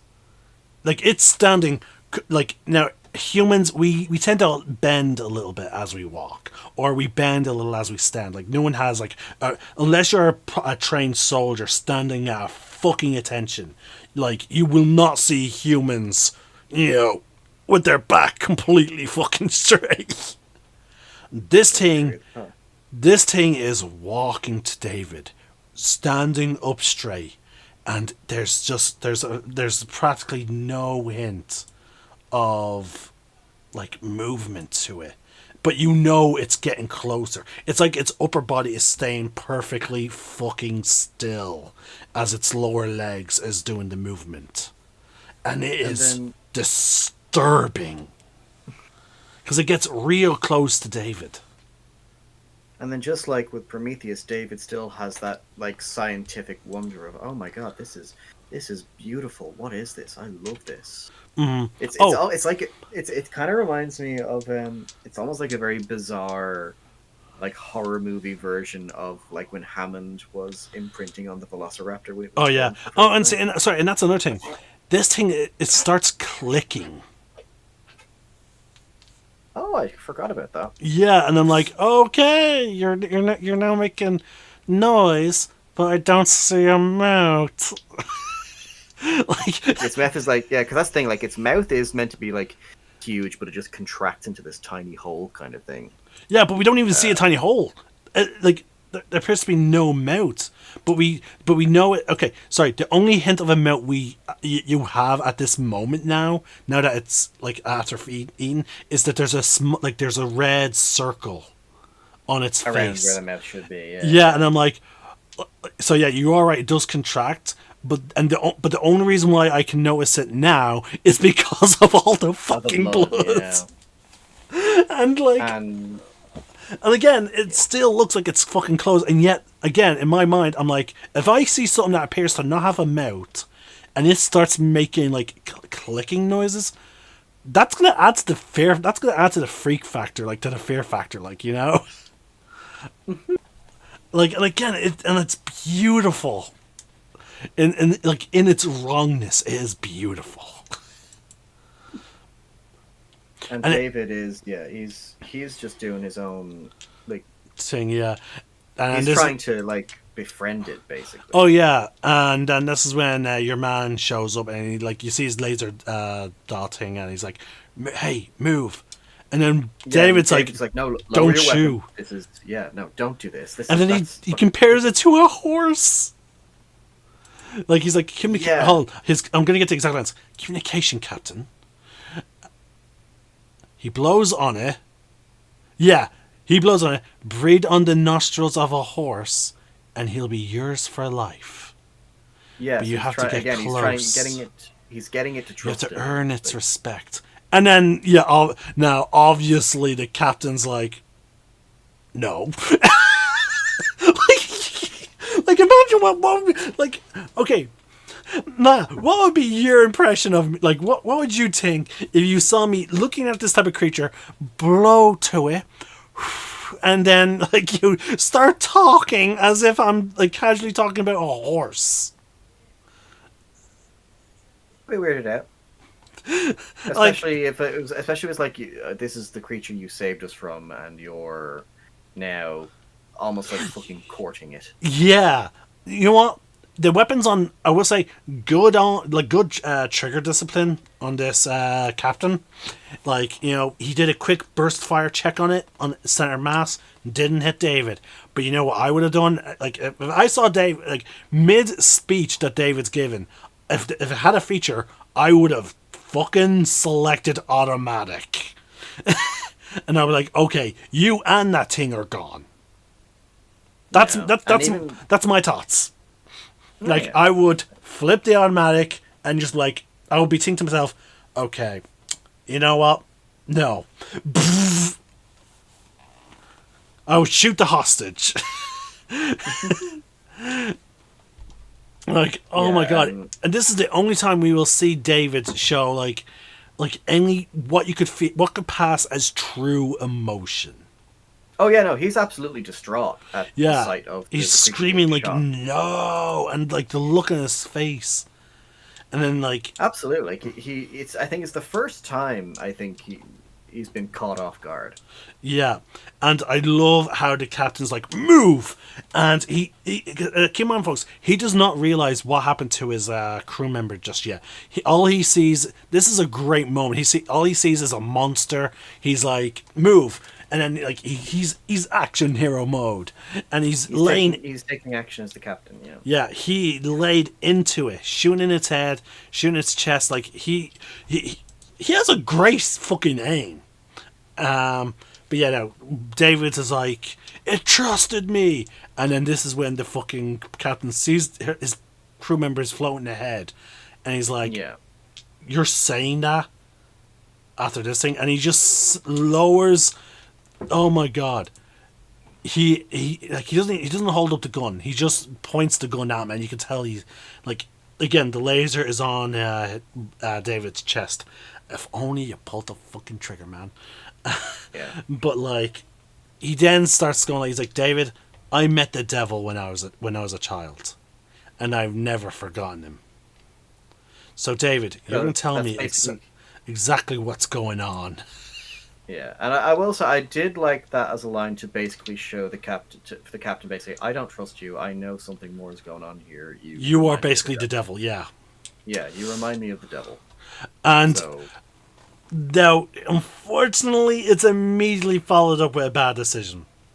Oh my god, absolutely. Yeah, because David immediately, without missing a fucking beat, it's just like, this way. Like, and then the captain, like, hold on, the captain looks shocked. He's like, oh, okay. That was easy. Yeah, like there's a legit expression of like surprise by like how easy that was. Oh god, and then it just gets worse from there. Then. Yeah, now it does cut away. We don't immediately see him following, but it's implied that he's following. We then cut back to the ship, and what do you know? Getting closer than 40 fucking kilometers of the storm is causing, catastrophic issues. the ship is shaking. We cut to the cryopods, and they're shaking all about. I think a few of them even fall off the things, don't they? Not quite. Oh no, that was when the Yeah. ion thing hit them. Yeah. Yeah. So now they're able to establish better communications now, and they're like, okay, well, they can't land the ship, so they're being told like how they can retrofit the cargo ship they had. Ooh, pardon me, sorry, folks. They're being told like how they could retrofit it to basically use it as an extraction vessel. Because all it really is just beefing up the is putting more power towards the engines and taking a lot of the extra stuff off of it to lighten its load. It's not really that much, and they're like because the cabin of the cargo thing is pressurized, so it could work. So they strip off the extra weight, put more power to the engines. It can basically break atmosphere. Yeah. And this is when he asks, "Is my wife around? I want to say a quick hello." Now, he's saying it in a nonchalant way, but he is fearing the worst because of the word casualties. I think deep down he knows. But yeah, and I will say credit to Danny McBride's acting in this. Again, as I said as well, like comedians make the best like drama actors because like as soon as he finds out that his wife's dead, like there's no dialogue, there's no over the top like yeah. It's like it's just a brief moment of him alone in a corridor, just letting it out. Yeah, like the slow tears run down, like his eyes getting really red and puffy. Yeah, he even drops his hat, like he just lets his hat drop onto the ground.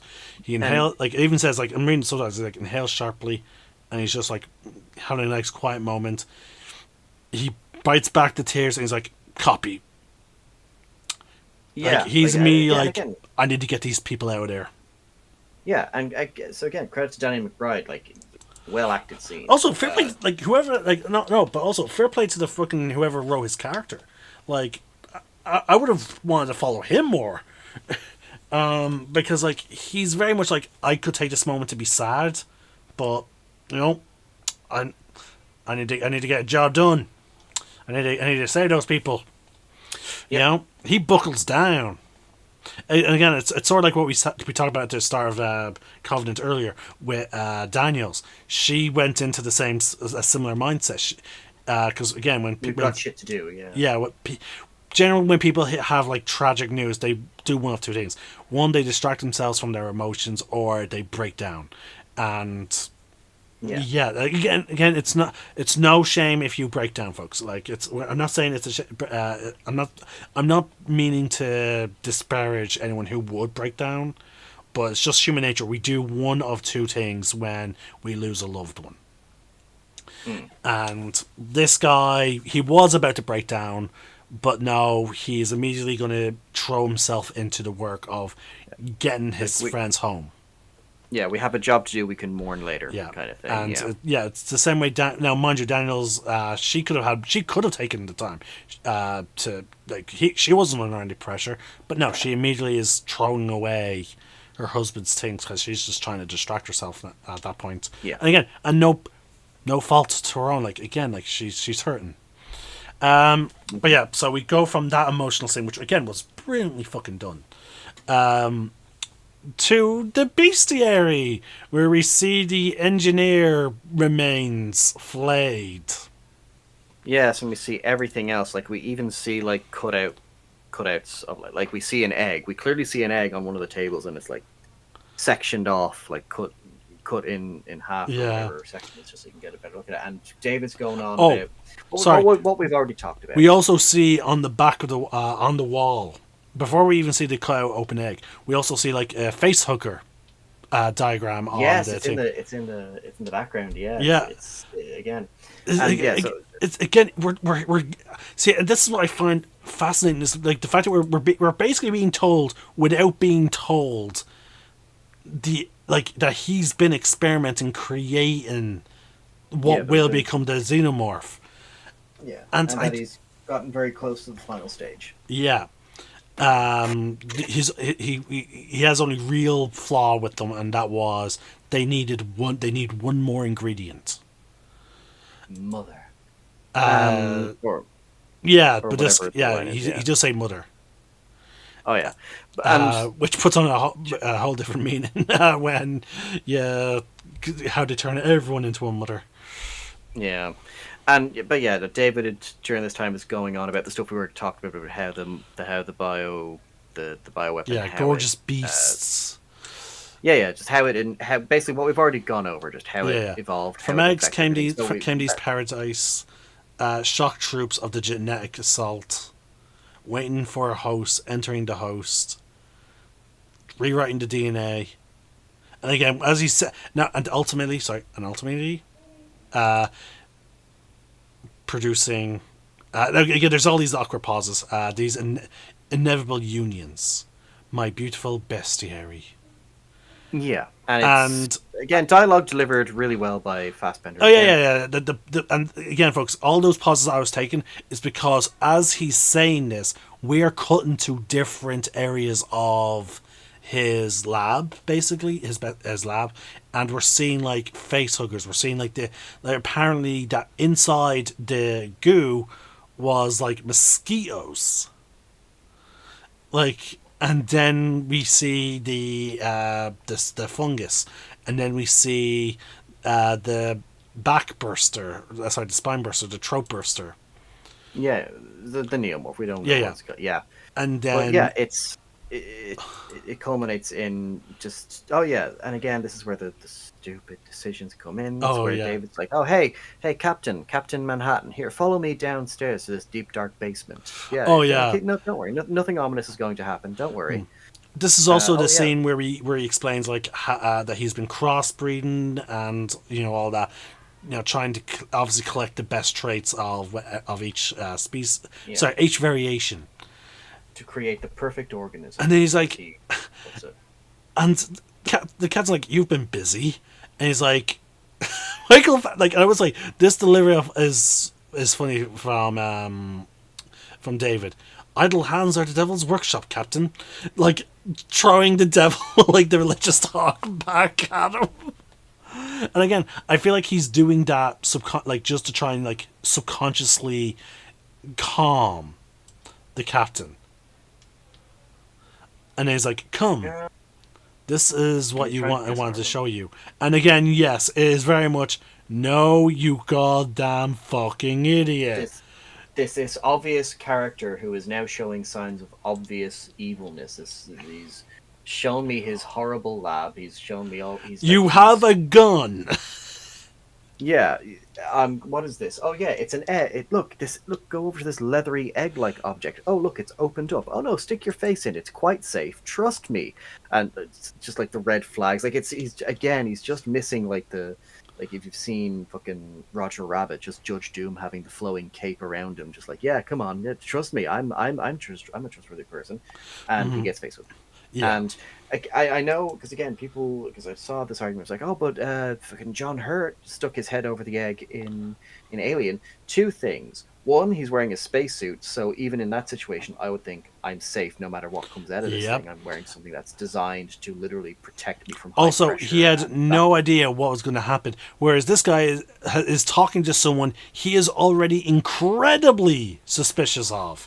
But apparently, those suspicions go out the fucking window Yeah, for she's no like, apparent oh no, reason. see, like it's David. He's played by Fassbender. He's Irish. He's got a nice smile. Fuck it, I'll listen to you and stick my head. Oh And my god, the consequences of my actions. and I'm going to be honest with you. I honestly think the only explanation I can give to the captain going along with David and all this is because now again it's been 10 years. Okay, it's only been 10 years.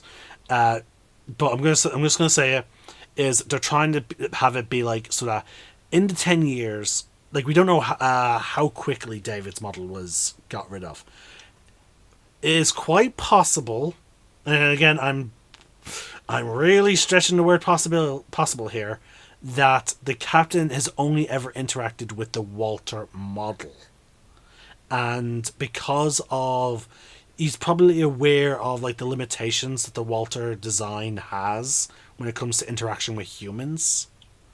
So, or maybe their inability to lie, or so to speak.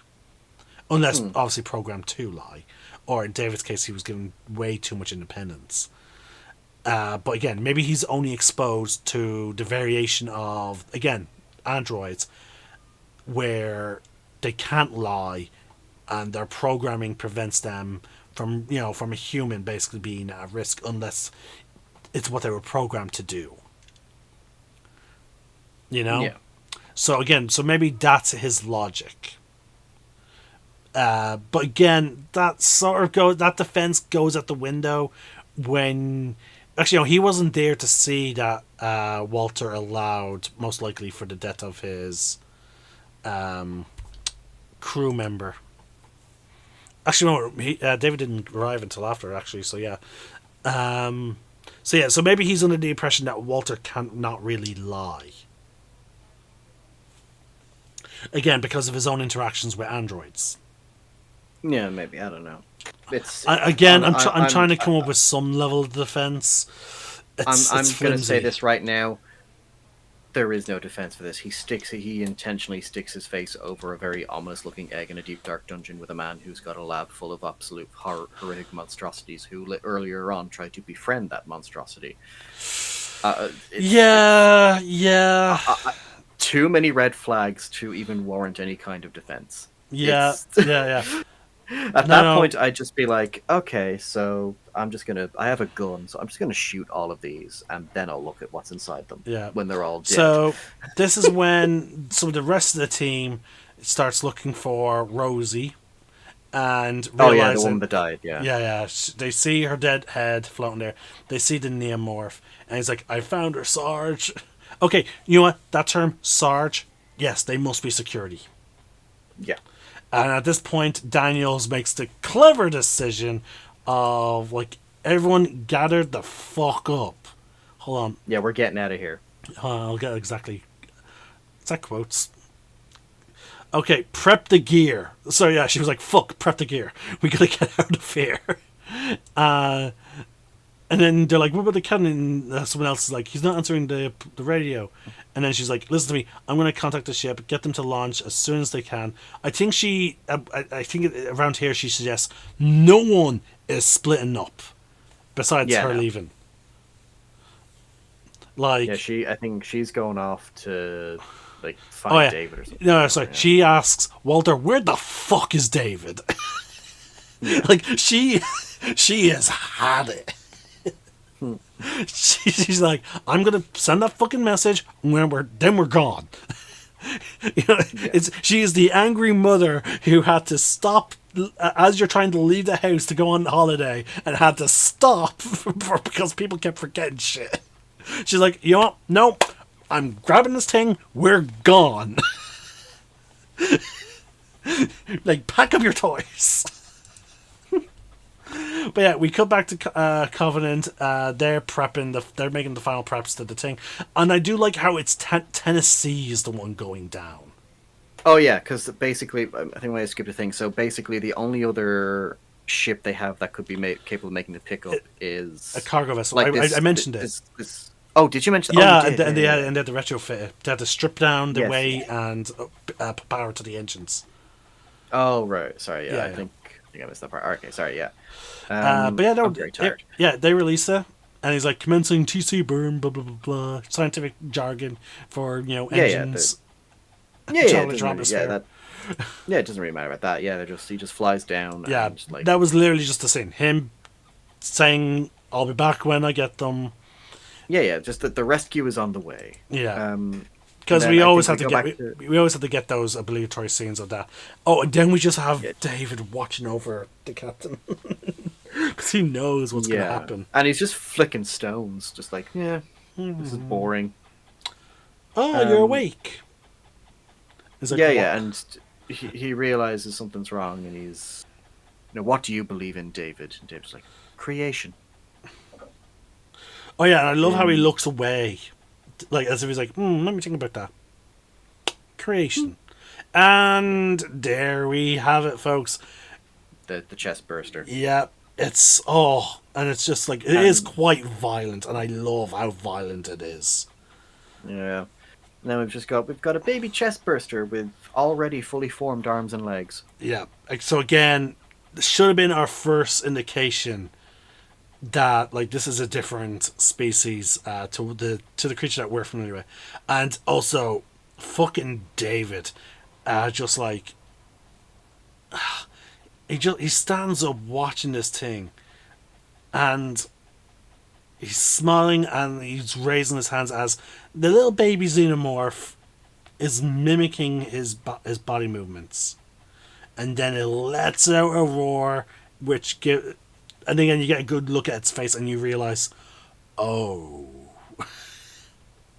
and we've now finally have our true xenomorph, and it's at this point. Oh no, it's still the protomorph. Yeah. Oh, sorry, it's promorph, and at this point we see Walter go into the lab, and this you actually see a woman's remains. Now again, maybe this I don't know if this will, because like this, I'm pretty sure this is Shaw. Yeah, this is Shaw. Yeah, this is meant to be Shaw. Yeah.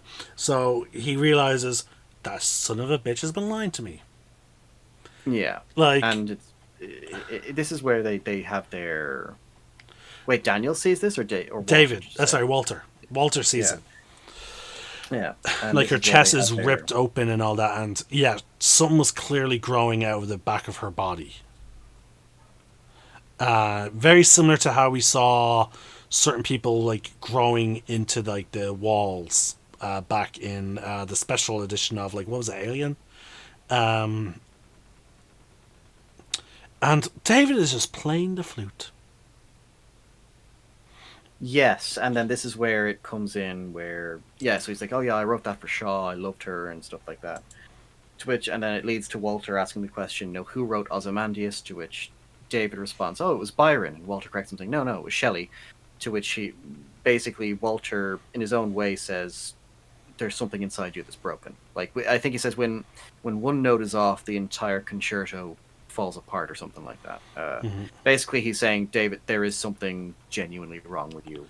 Well, even before that, like, David's like, I was not meant to serve, and neither were you. Again, like the idea that, like again, from David's point of view, like again, that David's whole thing is, humans are inferior to the engineers. I'm superior to engineers. I'm superior to humans. Yeah, and like it's just the worst. Like it's just again, it's just hilarious that his idea of a perfect organism is not himself. It is the thing that he created, which is a combination of mechanical and biomechanical. Like it's a twisted logic that the thing that he considers perfect is in fact organic. And like there's and to me it just speaks to this like again, like if you read the subtext of what David is, like what really boils down to David is he is jealous of humanity. That like as much as he may tout that he is superior to humans, deep down he is jealous. Because we like it's again there's, and he's saying all this, by the way, he's saying all this to David as there's to Walter as there's a tear in his eye, and I'm like, okay, robots crying, and he's like, because there are dying species grasping at resurrection, they don't just deserve to start, and I'm not going to let them. And then Walter's like, yet they create us. And he's like, even monkeys stood upright at some point. Yeah, it's like David is one of those things where he met a few bad eggs of humanity and decided that that's all they are. It's a very misguided. Again, it's sociopathy mixed with a bit of a god complex. Mm-hmm. And again, it comes back to the whole we're a dying species, and again, it boils down to the idea that Walter wants to Walter's mentality, the superior beings should not age.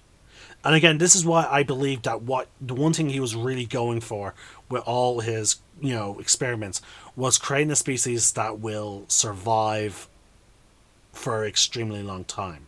So, because the thing is, we know that xenomorphs can last extremely long time without sleep, oxygen, heat, or anything like that, as evidenced through Romulus and other works.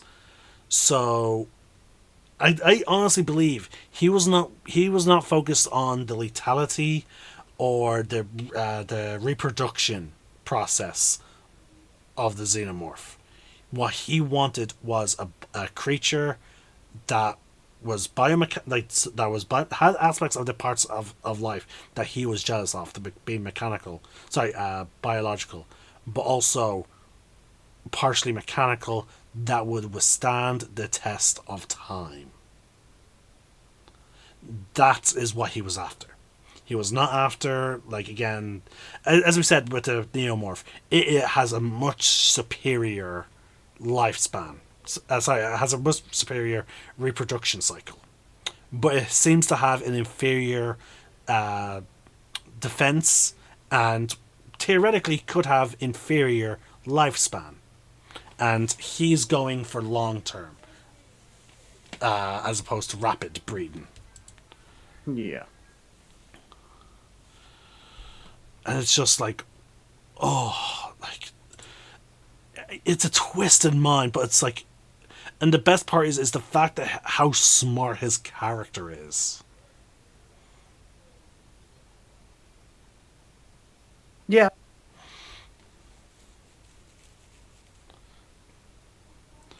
It's just after.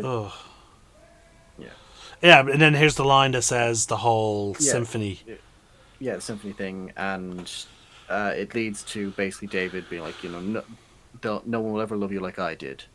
He gives him. It's almost like again, going to the Greek tragedy thing. Like he gives Walter a kiss, which then results in him, David, stabbing Walter in the neck to shut him down with the flute. And he removes the flute as well, actually, if I recall. Yeah. To which then, David goes off. You're such a disappointment to me as well. Yeah, it's Walter is now basically, as far as David's concerned, Walter is as inferior as humans. Mm-hmm. Because he allowed himself to be subjugated. And then this is when the humans discover, the two military people found the bestiary. And I find it just okay, why did you get to wander off? They had to find their people, but then Daniels. Oops, sorry. I was going to say, does it just cut to Daniels then? Yeah. They're looking around, and one of them's like, "Be careful," and then they look around, and then we cut to Daniels in a scroll room, and she sees the experiments that was most likely would have been done on Shaw. Yeah, and again, a few Geiger drawings thrown in there for good measure, just as an Easter egg. I do believe, though, from what I recall, apparently one of the drawings that they used, whether it could have been an accident, but apparently one drawing was very personal to H.R. Giger, and he never wanted it to see the light of day from anyone, but apparently they accidentally used it.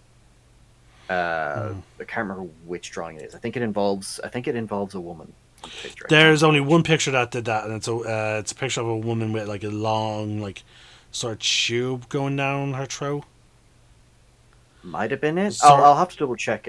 Don't quote me on this. I'll have to double check. I just remember hearing that this was a thing that happened. But yeah, no, they do. They throw some Giger artwork in there, which I do love. It's a nice little nod to basically the man that helped create the most infamous monster design. Oh yeah. So we then cut back to the security officers. They're now in the cave. They see the eggs, and they see the captain, and but all hell breaks loose. Now it's a blink and you miss it. You see two eggs open. Oh yeah, one of them is open. There's the one that killed Orem. No, that's what I mean. Yeah, there's the one egg that killed Orem, and then the second one. Then Oh, sorry, it was only one soldier that went down. Yeah, the facehugger failed to catch him, so it runs up the stairs, catches the other guy, and the other soldier is like stabbing the face hugger in the face. We know what happens when when that happens. We see the acid blood Yeah. is starting to melt his face a bit. The face hugger dies. They shoot it to get it away. And during this, like he's screaming, his cheek is melting and stuff like that, and that's when Yeah. he sees the protomorph just on the ceiling, and then it just attacks, and it's just all hell breaks loose. Yeah. Yeah, and the CGI it's not the best. Let's see. Yeah, it's very Alien Resurrection or Honestly, Alien I was Tree. that's my it's kind of my first thought. Yeah, it I would say more so Alien Resurrection. Like it's like I'm assuming the budget went mostly to the cinematography for Iceland Yeah. or Greenland, wherever they Yeah, filmed. wherever. Yeah, it's like, Because it's or even went to, maybe it even went to the fucking Neomorph. that's the thing as well. Because like the Even the Neomorph, Neomorphs had some very choppy animation as but see, well. no, the Neomorph looked better to me than, because again, I just saw the scene there that you're referring to, and it looks worse than the Neomorph in terms. Yeah, Yeah, so I'm like, okay.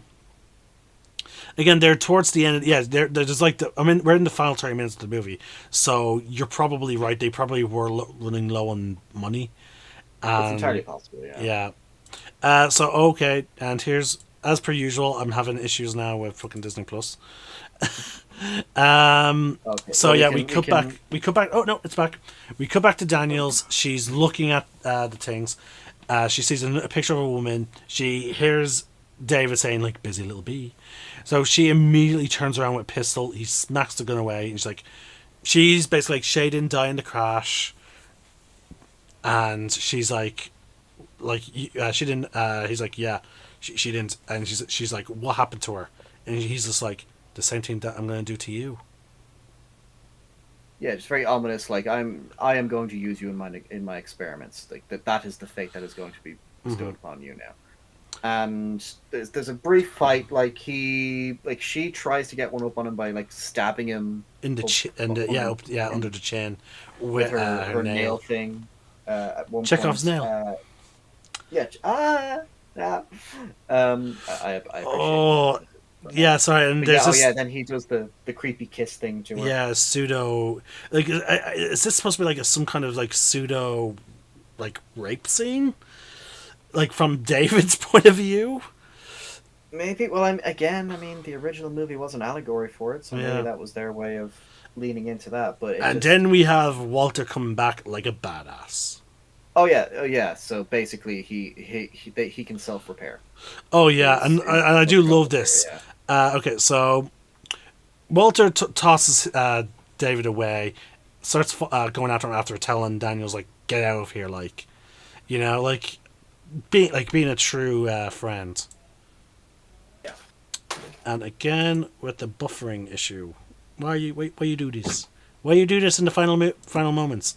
Okay, so anyway, so Walter steps down. He walks down the steps to confront David, and David is probably acting all cocky because he's like he thinks because like of Walter's inhibition to risk harm or be so loyal to humans that he's going to be a bit of a pushover. So he goes to strike Walter. Walter effortlessly blocks it, and he's like, Yeah. "There have been a few upgrades." I'm like, "Yeah, Walter," because it's a fun moment. He's like, "You're meant to be dead." Just does the strike. Walter blocks like, "There've been a few upgrades since your day," and then David attacks, and once again Walter effortlessly blocks and counters. Mind you, again Walter is one armed. And it's just a really interesting scene of like them now sort of fighting. Now the fight scenes is a little choppy because again long cuts were very difficult to do at the time this movie came out. Like it was very rare to get a long cut, and also it's the same fucking actor, so obviously there has to be cutaways to mask the stuntables. Yeah. So The fight scene It is is. pretty cool, regardless, even if they have Yeah, to cut away a good bit. it is a bit too jump cutty. Like Yeah. a lot of films would. I'm glad a lot of films are veering away from that now. But Thanks back to then, John like it Wick. was. I don't know, so not even John Wick. It Oh was Kingsman. yeah, Yeah. Kingsman kind of brought back the steady kind of so you can see everything, and then John Wick furthered it. And I think the yeah, I can't remember which movie did it. I know the Bourne movies. I think Bourne Supremacy and Bourne Ultimatum had that. It wasn't as bad in Ultimatum, but I remember Supremacy was pretty bad in some fights for some of the fight scenes, but still a good trilogy worth watching. But I then think from then on, like it was done a lot. Like I know Taken did, like Taken 3 in particular was really bad for it. Like I think there was like 12 cuts just to show Liam Neeson climbing a fence, or I think it was like 20 cuts or something like that. It was horribly edited. But yeah. And then Hunger Games is even worse. You can understand, though, in this situation, why there have to be so many jump cuts, because, again, same actor. Yes, they have to find a way to hide the stunt doubles. Yeah. But in our case, like, besides from the jump cuts, it's sort of decent. Again, there's a moment where they feel like, they might be equally balanced. But no, Walter fairly quickly gets the upper hand. Clearly there's maybe some kind of design there for the purposes of protecting, the humans. And he pins Walter down. We cut again, we've already spoiled it. David starts talking to him. He's like, serve in heaven, like, and all that, like, and all, bullshit. He's still telling, like, oh, you're inferior because you're serving them, that type of stuff. And again, unfortunately, it then just cuts to Daniels and Loeb as they flee, and yeah, it's pretty obvious what is going to happen. But yeah, I love how Loeb immediately, he gets a bit ahead of, he lets Daniels run past him a little bit as he then turns quickly and crouches, like, readying his gun. And then she throws the beacon, he backs up to get closer to, the drop point, and they're both just back to back waiting. We then see the creature is out there somewhere. Yeah. And then we cut back to Walter, David. He's exited the building. He's all cut up. It is very obvious that what they did. They tried to pull it. Oh, see, you didn't see that coming. We saw it coming. We saw it coming the moment David was cutting his hair. Yeah. But then we have this. The dropship arrives, and then we have this kind of really, I will say, it's a really cool set piece where, as they're getting on board the dropship, like the protomorph arrives, and it's like this really cool kind of like trying to shake it off as the ship is trying. Oh yeah, and I will say, seeing it run up to it, it looks good. So so maybe it was only because of the interaction with live action there, maybe the lighting, hopefully, that really made it look awful compared to the thing. So yeah, because also the way it runs is also like horrifying as well. Like, again, like, wrong. And again, in all fairness, when you think the xenomorphs, you should think that is so wrong. like your existence is just wrong. But yeah, it jumps underneath. Tennessee notices it on like some underdash cam, and they're like, okay, we need to get rid of this fucking thing. You still love how fucking Daniels is like she's had enough. She is grabbing the gun, running out onto the deck, the top of the ship, and she quickly attaches a cord to herself. Yes, I shouldn't fall off the ship. Which okay, yeah. And again, I just love how she's just done. Yeah, she's just out here trying to shoot the fucking thing. It's jumping all over the place. At some point... yeah, it goes under the engine. Tennessee's like, I'm going to burn the fucker. yeah, and that kind of triggers like a change in the orientation of the ship, which causes Daniels to kind of slide off then eventually and Yeah, try and shoot at it.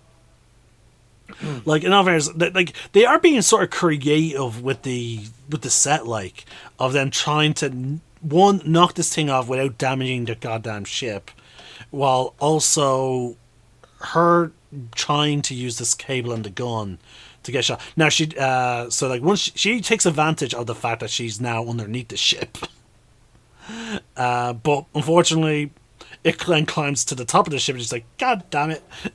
Like that's so it's a sort of a funny moment. It's like she finally gets underneath with the gun to get a clear shot. It then is crawling to the surface. And then it crawls onto the cockpit and starts headbutting it, and like Tennessee is just like, oh fuck. Oh yeah, it's trying to get in, yeah, and like Daniels manages to get back up. I think she like starts using the weird crane claw thing they have to try and grab the fucking thing. Or she tells Tennessee to. She tells Tennessee to. Give her an axe. Yeah. She tells Tennessee to unhook the crane. He says no, that'll unbalance. Like just fucking do it, basically. Yeah, because again, like they're desperate at this point. Now, again, this thing is just charging at things. Like, again, it's clearly not as intelligent as the xenomorphs that we know. But yeah, so as we see immediately, okay, so this is why she asked for the axe. She wanted to use it as to try and, hook into the ship. Yeah. So there was a reason for the axe. I thought, like, okay, what was the reason for the axe? But no, she had a plan of, like, because she knew it was going to unbalance. Oh, yeah, and then she squashes it. I think, like... Yeah, using the crane. I think this is, like, the second most gnarly death of a xenomorph... Oh, sorry, of a morph in these movies. Oh, yeah, no, I think Alien Resurrection still wins. Oh, yeah, with the Queen... No, I was going to say when the hybrid is sucked dead into space. Oh, okay, or so we're counting the hybrids. Okay, then yeah. The hybrid is the most, followed then by Alien 3, with the one that, explodes because of the supercooling metal. Then this one.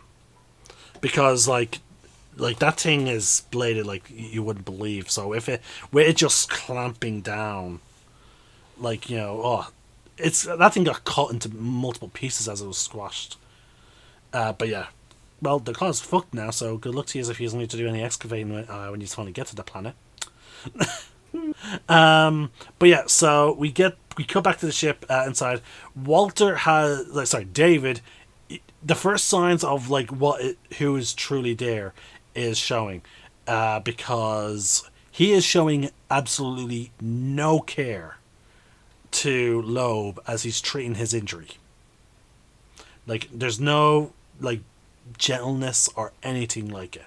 He's just like, boom, shove this on your face. I love how Tennessee has, like, the last line he has before they go back to the Covenant is, walk in the park. Fuck you, man!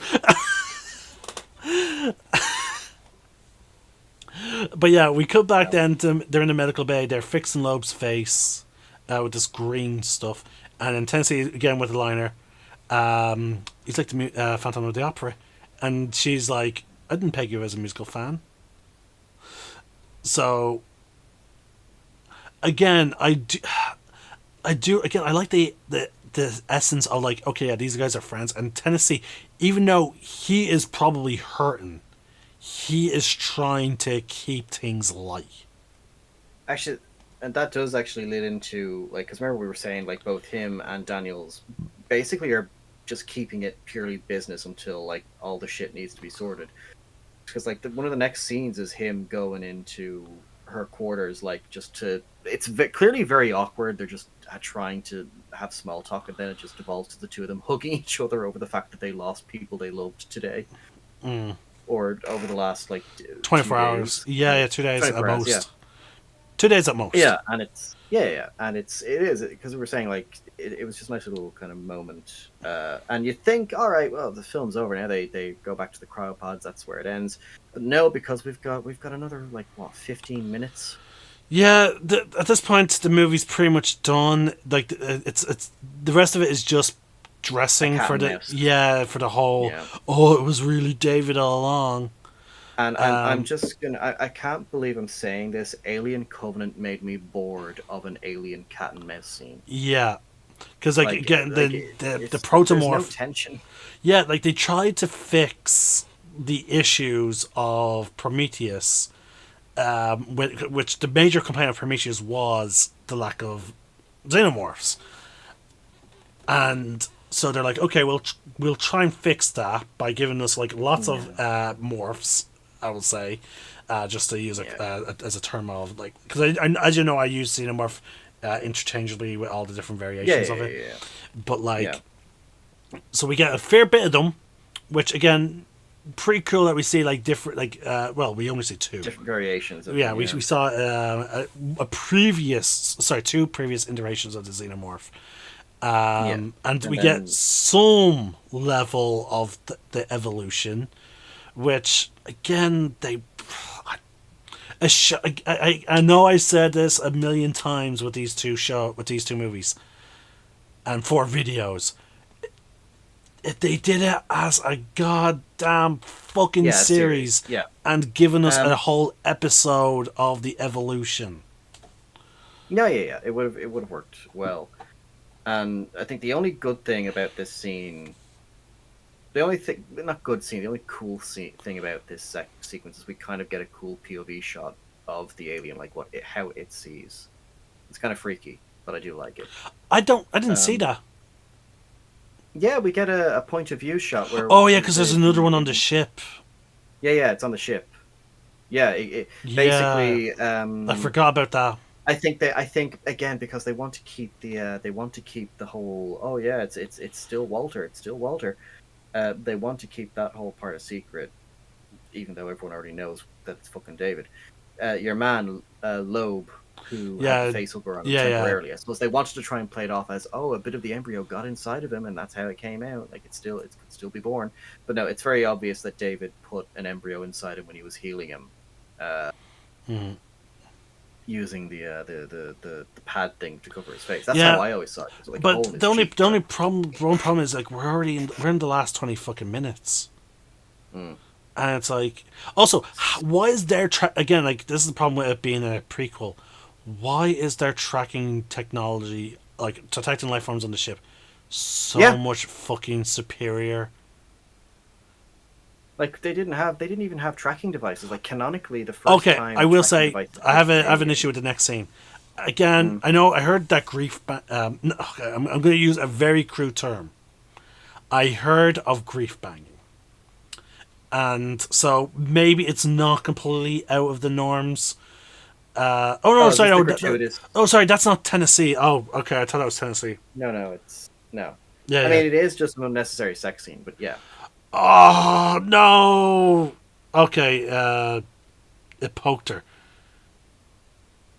And again, this is what we talked about, like how the xenomorph will I torment you and then quickly yeah, kill you. I genuinely think that was meant. I think they were trying to reference Lambert's death with that shot Lambert. from Alien, because Oh, Lambert in Alien, remember, like the last thing we see of her is the alien's tail going between her legs. oh yeah. And then That's like, it puts it behind her back and basically pulls her in for the second well, mount. well, no, actually, we don't know. I think that's the thing. I think it's implied just from. I go again. We're talking about Alien now, so sort of. Yeah. I think it's for Lambert. I think it's very heavily implied that it doesn't use the mouth. It just her death is just much more gruesome and worse. But we'll just never know what it did to her. Oh, Because like it's it left showed to her this own spike in, imagination. like yeah, I could have showed the spike into her. Like I assumed that I just assumed that the alien kind of Vlad the impaled her. Yeah, with its tail, like because again we Yeah, see the yeah, queen like do it with the androids yeah. It's in just two. yeah, but yeah, it's just that it just instead of going through the back, it goes up and out the mouth. Oh, that's much more gruesome. That's what I assumed it was, Oh, because from the way we see Lambert's body afterwards, like that's where my mind went. Like that okay. again. That the whole point of that's why I love Lambert's death, because the whole point is the audience will create something far worse. Yeah, And that's yeah. what makes it more terrifying. Like Yeah, her death haunts me to this day. Oh yeah, well, we don't know what it does to the women in this one. Like, we know, like, it killed the man very quickly. Oh, I think it just I think it just second jawed the both of them. I think Hmm. that's where it went with that one. Well, 'Cause I think it was, but yeah, no, it's just, again, it's just, like, don't get me wrong, I don't mind. Oh, and the way it used its tail. Sorry, I just noticed that's actually a pretty good detail. To get to like, to grab hold of the ladder to go down, it actually used its tail to hold onto the ladder as it orients its legs yeah. onto the ladder. I did not notice that detail. That's actually a pretty nice detail. Like, a creature with a prehensile It's tail also would its use it. back mandibles fold in as well. Yeah. Wait, did it? Yeah, if you look closely, the back tube things actually move backwards so that it can go through the hole. I remember because a lot of people thought that it was a CGI mistake and that the Hold on. I'm looking now. Yeah, Oh yeah, they do bend. yeah. Oh A lot of shit. people thought that a lot of people. I remember that a lot of people thought that the CGI tubes no clipped through the floor, and that it was just like a mistake in terms of the animation. No, But no, no. that's a like. See, there are good moments of detail, like, in these movies. Like, yeah, okay, the bad decisions of the humans. Like, humans are just idiots in these movies. But again, in all fairness, actually, you know what? I'm gonna play. I'm gonna play devil's advocate at the end of this. Okay, now I see what you mean by its vision. Okay, so that's what that was earlier. I was wondering what the fuck is going on there. So we do get to see. Oh wow, we do get to see how the xenomorph sees the world. So it sees color and all. So it's okay. So it can see. It clearly must have eyes, and it can see through its carapace. Also, I do love this moment when David. Oh no, it doesn't look at the camera. That would look cool. If it realized, oh, someone's helping me. Wait. Oh, it does. Oh, I know. It sees a person and attacks the face. Okay. Never mind. Because that would have been a cool sign of, like, intelligence. If, like, the xenomorph, like, could recognize someone was helping it. Alright, so they go into the terraforming bay, which I don't. It's just. It's a hangar. It's a like fucking hangar. Yeah, Why call it it's got terraforming big bay? cranes. It's got big diggers. It's just it's. I think it's because it's got all the equipment. I think, but yeah. So this is where they have their final stand. Like, they're in their spacesuits. Basically, Daniel's told David to lure it into create an opening in the corridor so it will come into their sector. Mm-hmm.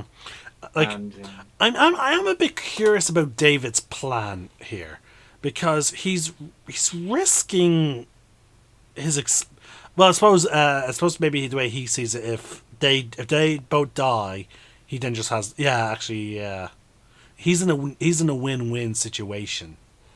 yeah, I think he would prefer if Daniel survived, but it's not. Yeah. Like, Yeah, if them two die, then there's no witnesses to his experimentation. And Yeah, I mean, he's gonna kill Tennessee and Cryo anyway, so. Yeah. So, like, he's completely in a win-win. Because, like, even if they kill the xenomorph, then they're just going to, like, again, like, he has all the colonists. So, yeah, he's in a win-win situation. But yeah, I will say it is sort of clever that they trap it in the vehicle. But for some reason things go wrong. I don't fully understand. I think it just breaks out. It just breaks through the door and gets Well, out again. well, no, but the thing, something went wrong as they were ejecting the vehicle. Another vehicle gets pulled in again. It's a weird sequence of events, and then it breaks out once it's stuck. Yeah, so it gets to a point where Daniels is just luring it towards the edge, and it jumps out through the smoke for a final jump scare, and it gets impaled by a digger and falls back down to the planet. That's basically how the rest of the scene plays out. It's nothing... She sees the digger approaching, and she's just like, she's holding her gun because the thing is scary. Sorry, no. This protomorph Yeah, is dumb. it basically plays out the rest of the way. Like, yeah, of course, it's an alien movie. It's going to have to end with the alien being blown out into space. Yeah, but again, as I said, like the protomorph seems much more bestial than what we're used to. Killer getting double tapped, basically. Yeah, it's like it is very ferocious. It sees you, it will just attack. And normal, because again, like when we see the xenomorph in Alien, it knows, it clearly is able to recognize, what's it called? That there's an escape route for Ripley. It scares her to backtrack. And then while she's backtracking, it then sneaks onto her ship to hide. And then later on, yeah. Whereas this thing, it sees you, it attacks. And it is vicious. Yeah, like don't get me wrong. That's cool to have in again as part of the stages of the xenomorphs and whatnot. It's cool to have like a variant that is just like that's even more bestial than the. Actually, no, the runner was fairly like that. Actually, I know Ripley described all of them as like they kill on sight, which they do. It's just but the xenomorph does it with a bit more intelligence. It knows when to retreat. Yeah. Yeah. Whereas with the runner, whereas the runner did run, and actually no, sorry, the runner did show some signs of intelligence. Yeah, but not as much. I think this time it kept. I think it inherited a lot more of the animal instincts. Yeah, again, it's as we said, it's called the protomorph. You're talking about. This one is very much more. It will just purely attack you on sight. Yeah. And then here's the big reveal. When we get there. Oh, so yeah, you're on that part. Will you help me build a cabin? Oh yeah, so this is when they're in cryostasis. Yeah, so basically, just as a brief recap for you viewers, after the alien gets impaled and blown out the airlock, it cuts then to Daniels and Tennessee going back into deep sleep. Yeah, and David is getting them ready. Again, they still think it's Walter. And then she once David doesn't answer her question about building a log cabin, that's when like it clicks in her head that, oh shit, I'm talking to David, and basically she's banging on the door of what is essentially her coffin.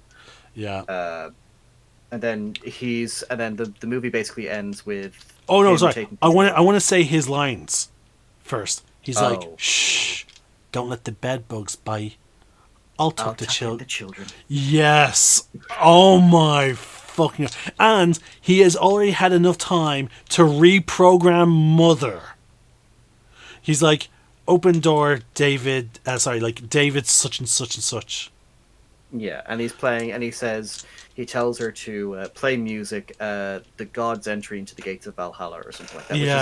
Which is the song that he played in the piano in the beginning, but this time with a full orchestra. Yeah. And the movie, the last shot we get of David is him opening up the embryos. He's placing facehugger embryos into the freezer, closing them, and then walking down the corridor as he admires his new test subjects. And the ship is flying off into the distance. Yeah. Now again, this is actually not a bad closer of a scene. You know, it is again, it hits all the right notes in my opinion of like an alien movie. Like, you know, the creepiness, like the bad guy vaguely it's so creepy. And the bad guy won. That's a great scene. The bad guy fucking won. Yeah, I think at the end of the day, I think this trilogy was meant to be more so David's story than anyone else. Yeah. It did become that. Like it was advertised that it was going to answer the questions of xenomorphs, but in the end, it sort of evolved into David, into David's story, which I'm not against. It's just it should not have been a prequel. It should have been a sequel because it should have been a sequel. Again, we gave some easy, as long as you ignore the timeline shit, any references to the date, you can vaguely enjoy it. Just block it out, folks.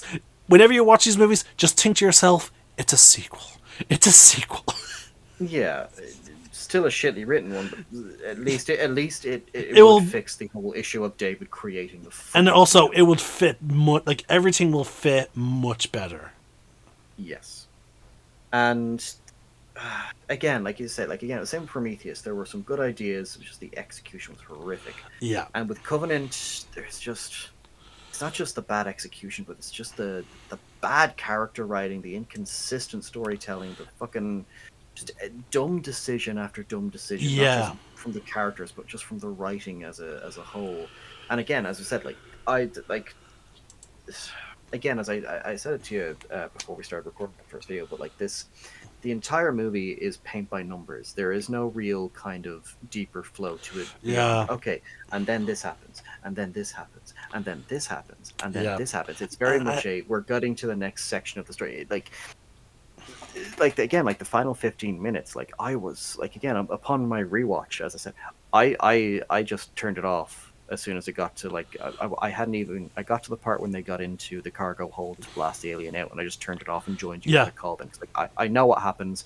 I don't care. I just want to get out of this movie now. yeah. No, it's you're absolutely right.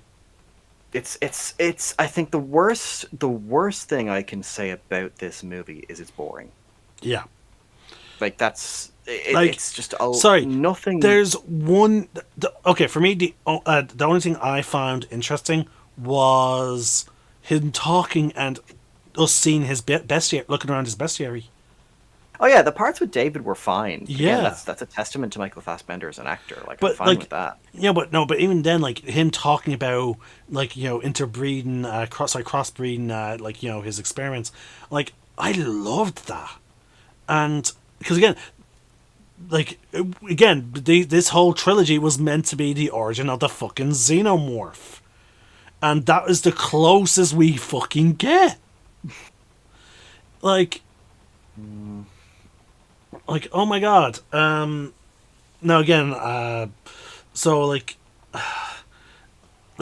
I will say the acting was fantastic. Like again, I liked Tennessee, I liked Daniels, I liked Michael Fassbender.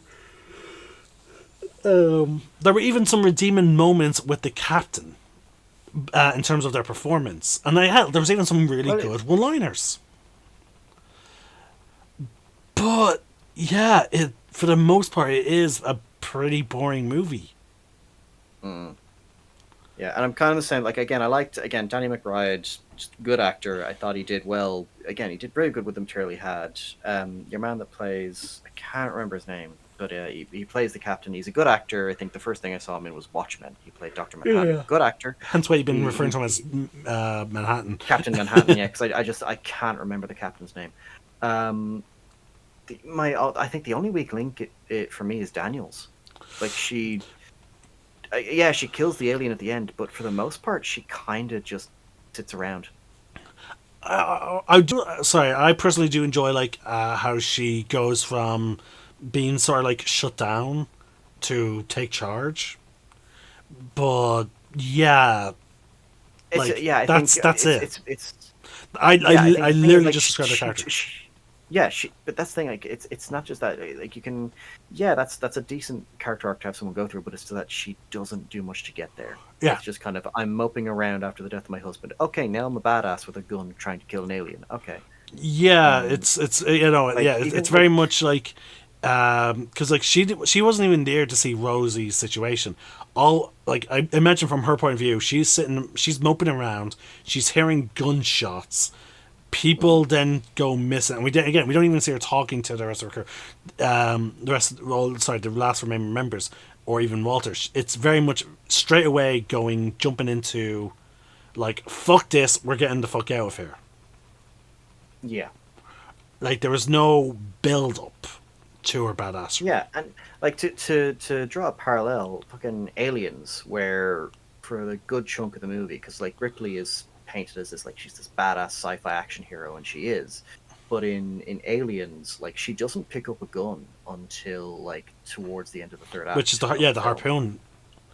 Yeah, yeah, which is like when they're being attacked and stuff like that by the aliens in the control center. But the vast majority of Aliens, Ripley's story arc is she's trying to overcome her PTSD, and she's trying to, like, she's getting over the death of her daughter, and she's battling like this whole fact that she's seen as an insane person, and it's like there's Oh so yeah. many layers to there's so many things that build up to where she finally goes, to where she's finally at by the end of the film, that it's believable. But with Daniels, it's just, oh, my husband died. Okay, I'm just going to keep working. Okay, I'm going to just. Be quiet and just only speak when spoken to. Because again, it does boil down to that. Like she, like if you watch back, she never initiate. Sorry, it's very rare she initiates a conversation.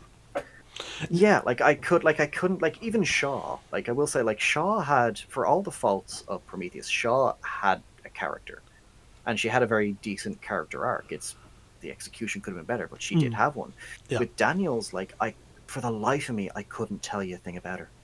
yeah. Like, Other than she wanted to she's build a log cabin. but yeah, now, again, nothing against the actress. She did the best material she's given, and the other stuff I've seen her in, she's really good. It's just a bad script. Oh yeah, It's just and a bad script. yeah. Mind you, when I say she was an interesting character, I meant in terms of like the rest of the goddamn fucking crew.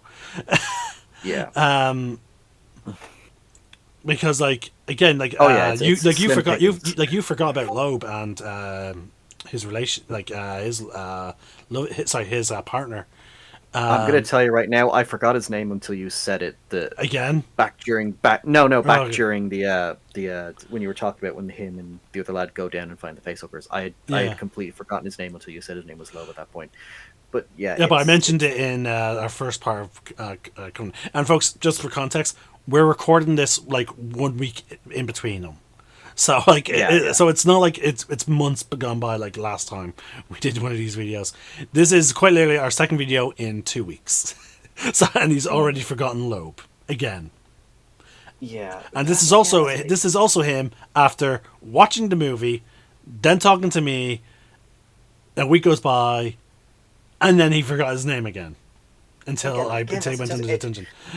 and that's the same with Prometheus. Like, for Prometheus, again, it's the same issue as Prometheus. Like, they had too many people in the crew. Like, again, just keep it, like, especially for a colony ship, I would say, okay, maybe a bit bigger. Maybe, let's say, you can make it eight. Let's say 7 or 8 people, or even like 10, because with the Nostromo, it was like a crew of 7. Well, it was like, it's very small, but like you can make it work. But with this, it was 17, nearly 20 fucking people, and like most of them die halfway through, like before the second act even begins. You know what? I have a fun. Like again, this is where I say a show variation of this could work. Like you can make a large crew work a lot better if it was a show. Yeah, there's more time to focus. Yeah, And even exactly. Aliens, like Aliens had the big marine crew, but they at least made sure you had some time to spend some time with their personalities. Oh yeah. You remembered a few of their names, like Wispaski, Dietrich, Frost, Spunkmeyer. And that's because we saw how they interacted with each other. Yeah, like they even the members of the Sulaco crew that didn't have that much screen time, they still at least had some interactions at one point or another where you kind of like, okay, so I will remember your name, I will remember what you were like. But with Prometheus and Covenant, it's just like, oh, you're a part of the crew? I wasn't even aware. Okay. Yeah, and again, like, and I think that's again why Resurrection sort of works. Like, Resurrection has a fairly large crew, but like we see them either interacting with each other, and then like again, like we have like even the Marine that ends up joining them, like, Yeah, and like that's hell, definitely even the general, we get a decent look at his character. We get a decent look at the scientist. Okay, we don't get a decent look at his fellow scientists, but again, they are meant to be no-named people because again, it's a military vessel. But like any major character that has a name, you do get even for however brief scenes they get, we remember them. Like again, like the guy in the wheelchair. Like I know I said like I would leave him behind. But the thing is, though, he is memorable because we saw how he interacted with the crew. We saw he had a good relationship. I can't remember his name, but like I know he seemed like a decent guy because he was very much like, let's not leave anyone behind. He was empathetic to his crewmates, so he clearly cared about them, and he even seemed to have like he had like a decent back and forth between the man who fucking dropped a knife in his fucking leg. There was like, they felt like people because we saw their like we only saw brief scenes of their relationships, but we got a sense like, okay, yeah, this is a crew. You know, and also they do again, they went out of their way to make sure that we could remember, they were they were rememberable. Like again, that whole scene where he's, how he had he smuggled a gun, through the detectors, like. Again, that was such a fun build-up to a shotgun I've ever seen. Yeah, just like, want to check the chair? Yeah, and then it pays off with him assembling a shotgun. And not just any shotgun. It's a pump-action double barrel. A large one, yeah. And then again, we have then the vice captain, the first mate, with his incredible fucking trick shots. Like, he had those, like, he had the gun, like, he always carried like two guns. Very very rememberable. Yeah, they stick out. Yeah, like they all stick out. Whereas these people, they just seem to blend together. Like, yeah, Tennessee is the pilot, and he has some funny lines, so that's why he's memorable. But what about the other two? Because, I genuinely couldn't tell you a thing about them other than they were married and they die in a shower. Yeah. Sorry, and they had that brief moment of disagreeing with Tennessee.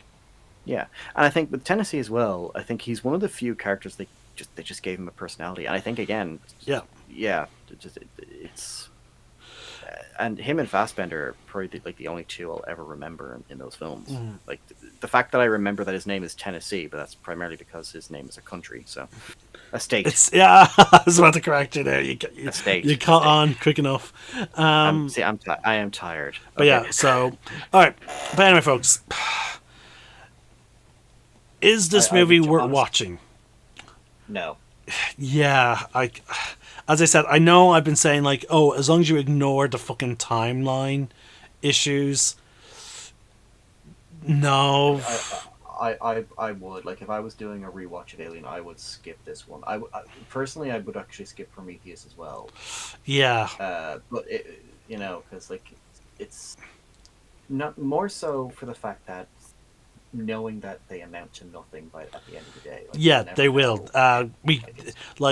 They still technically exist within the canon of the Alienverse, but it's just that at this point their stories are pretty much just pointless because they now have no effect. I think the only reason you would probably want to watch Prometheus at the very least is because the black goo is referenced in Romulus, but even then, like, you don't really need to watch it.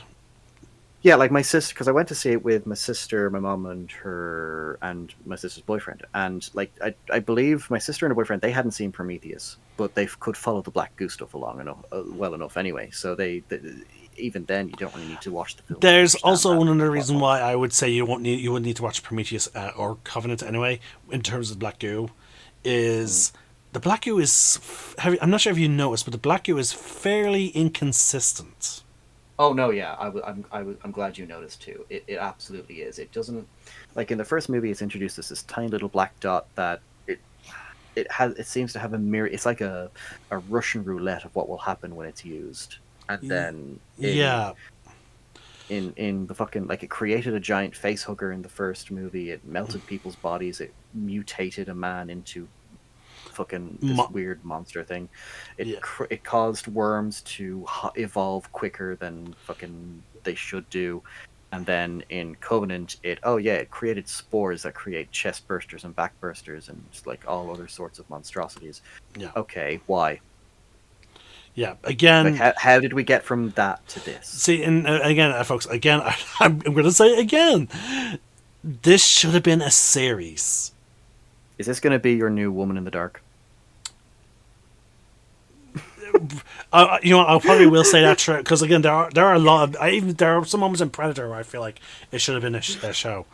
I'll say Predators feels like at the most like it should have been a series out of the Predator movies. Because like no, Predator 1 and 2, yeah, Predator and Predator 2 are decently enough okay as movies, but with Predators, with the three very interesting, with the four Predators that show up in that movie, like one of them obviously being the imprisoned one, the one that's basically crucified. Yeah. It would have been fun to get his backstory. It would have been fun getting the backstory of the other three that were banded together, and then we had like the people that they were hunting on the planet. It could have been fun having an episode dedicated. Like they could easily have an episode dedicated to each of their backstories. Now, don't get me wrong, each one is interesting. I do like, and again, I'm just going to point this out because again, they're technically part of the same universe. Predators has a group of what's it, 5, 6 people being hunted by the Predators. Yeah. There's the prison. There's the killer prisoner. There's the Yakuza, the Russian Spetsnaz special forces, the mercenary, the American. Yeah, isn't that the prisoner? No. Oh no, yeah, no. So I'm thinking of the other lad. The Yakuza, the Mexican cartel guy, the guy that the one that looks ordinary, but something's wrong with him. Oh yeah, the Topher Grace's character, yeah, Venom from Spider-Man 3. Yeah, but okay, so about 6 or more. But the fun thing is, I can remember them very easy, and I can remember them fondly because they were fucking unique from one another. To the point, they stood out. Yeah, and they all had their own cool fucking weapons, which I was like, nice touch there. I even love how the fucking prisoner got a shiv. Like the Predators are like, okay, he's a prisoner, give him a shiv. I will say I am kind of looking forward to rewatching Predators. Actually, I will say as it does retread a lot of the first film, but it does still do a lot that I think makes it unique. Oh yeah, I do like it. Best. Okay, no, it is a callback, I think, to the first movie. The that standoff with the Predator, like the one-on-one fight and the Yakuza. Yeah. Oh, that was I'm like, yeah. Again, that scene is what made me want a samurai versus Predator movie. We will get it one day. We will get it one day. And again, I will still stand by. We should get one with a Viking as well. Oh God, yeah. You know what? Let's go all the ancient warriors: Aztec, Viking, Samurai, Shinobi. Okay, you can throw the Shinobi in with the thing. I think honestly, Predator would absolutely work as an anthology series where each movie just takes place in a different time period. Yeah, it would. I would hands down. I would watch that. You can make it animated. Yeah. You can go if they go anime, they can go all sorts of gore with it. True. Oh, that's printing money. Oh. All right. Don't worry, we've got one more alien movie to go through, and then We'll talk about this. We'll talk brilliant Predator movie ideas at that point. We have one more alien movie to get through, folks, and it is a really good. I think it's a good movie. Sorry, before we go, we've already discussed. Skip over Covenant and Prometheus. Yeah, don't watch it. So because of Prometheus existing, where would you place Covenant on your on very bottom? On our very bottom. Like, Prometheus above very it. bottom, Prometheus is just above it. Yeah, because at least with Prometheus, I still felt I was still willing to watch it from start to finish. With Covenant, I couldn't be fucked. Okay. It's that boring. It's like The Last Jedi for me, where I just can't rewatch it because I just get bored so fucking quick. For me, Prometheus is at the bottom. Oh, you're putting it one above. I'm putting Covenant above Prometheus in terms of the bottom of the list, it's purely because of Michael Fassbender's performance. Going back to back with himself, and also. Actually, you know what? See, I feel like I should put it lower because it's a bit of a cock tease. Basically, it's like they teased us with the fucking xenomorph evolution line. So yeah, because it feels like a tease. So maybe I should put it down because it gets me excited. But then it's then you go nowhere with it. Oh shit! Yeah, so I'm never gonna get this itch scratched. Damn it. Yeah, Yeah, you know what? Just for the simple fact that they teased me, bottom of the list. Yeah, you don't toy with a man's feelings. Uh, you heard it here, folks. Celtic doesn't like teasing. Um, yeah, I'm anti-teasing. Um, but yeah, oh god, again, no matter how I think about it, I'm just like, yeah, no, you screwed me over. You got me excited to hear about the xenomorphs. Like, you're part of creating the xenomorph. Yeah. Then you don't go into any more detail. It's like 2 minutes at most.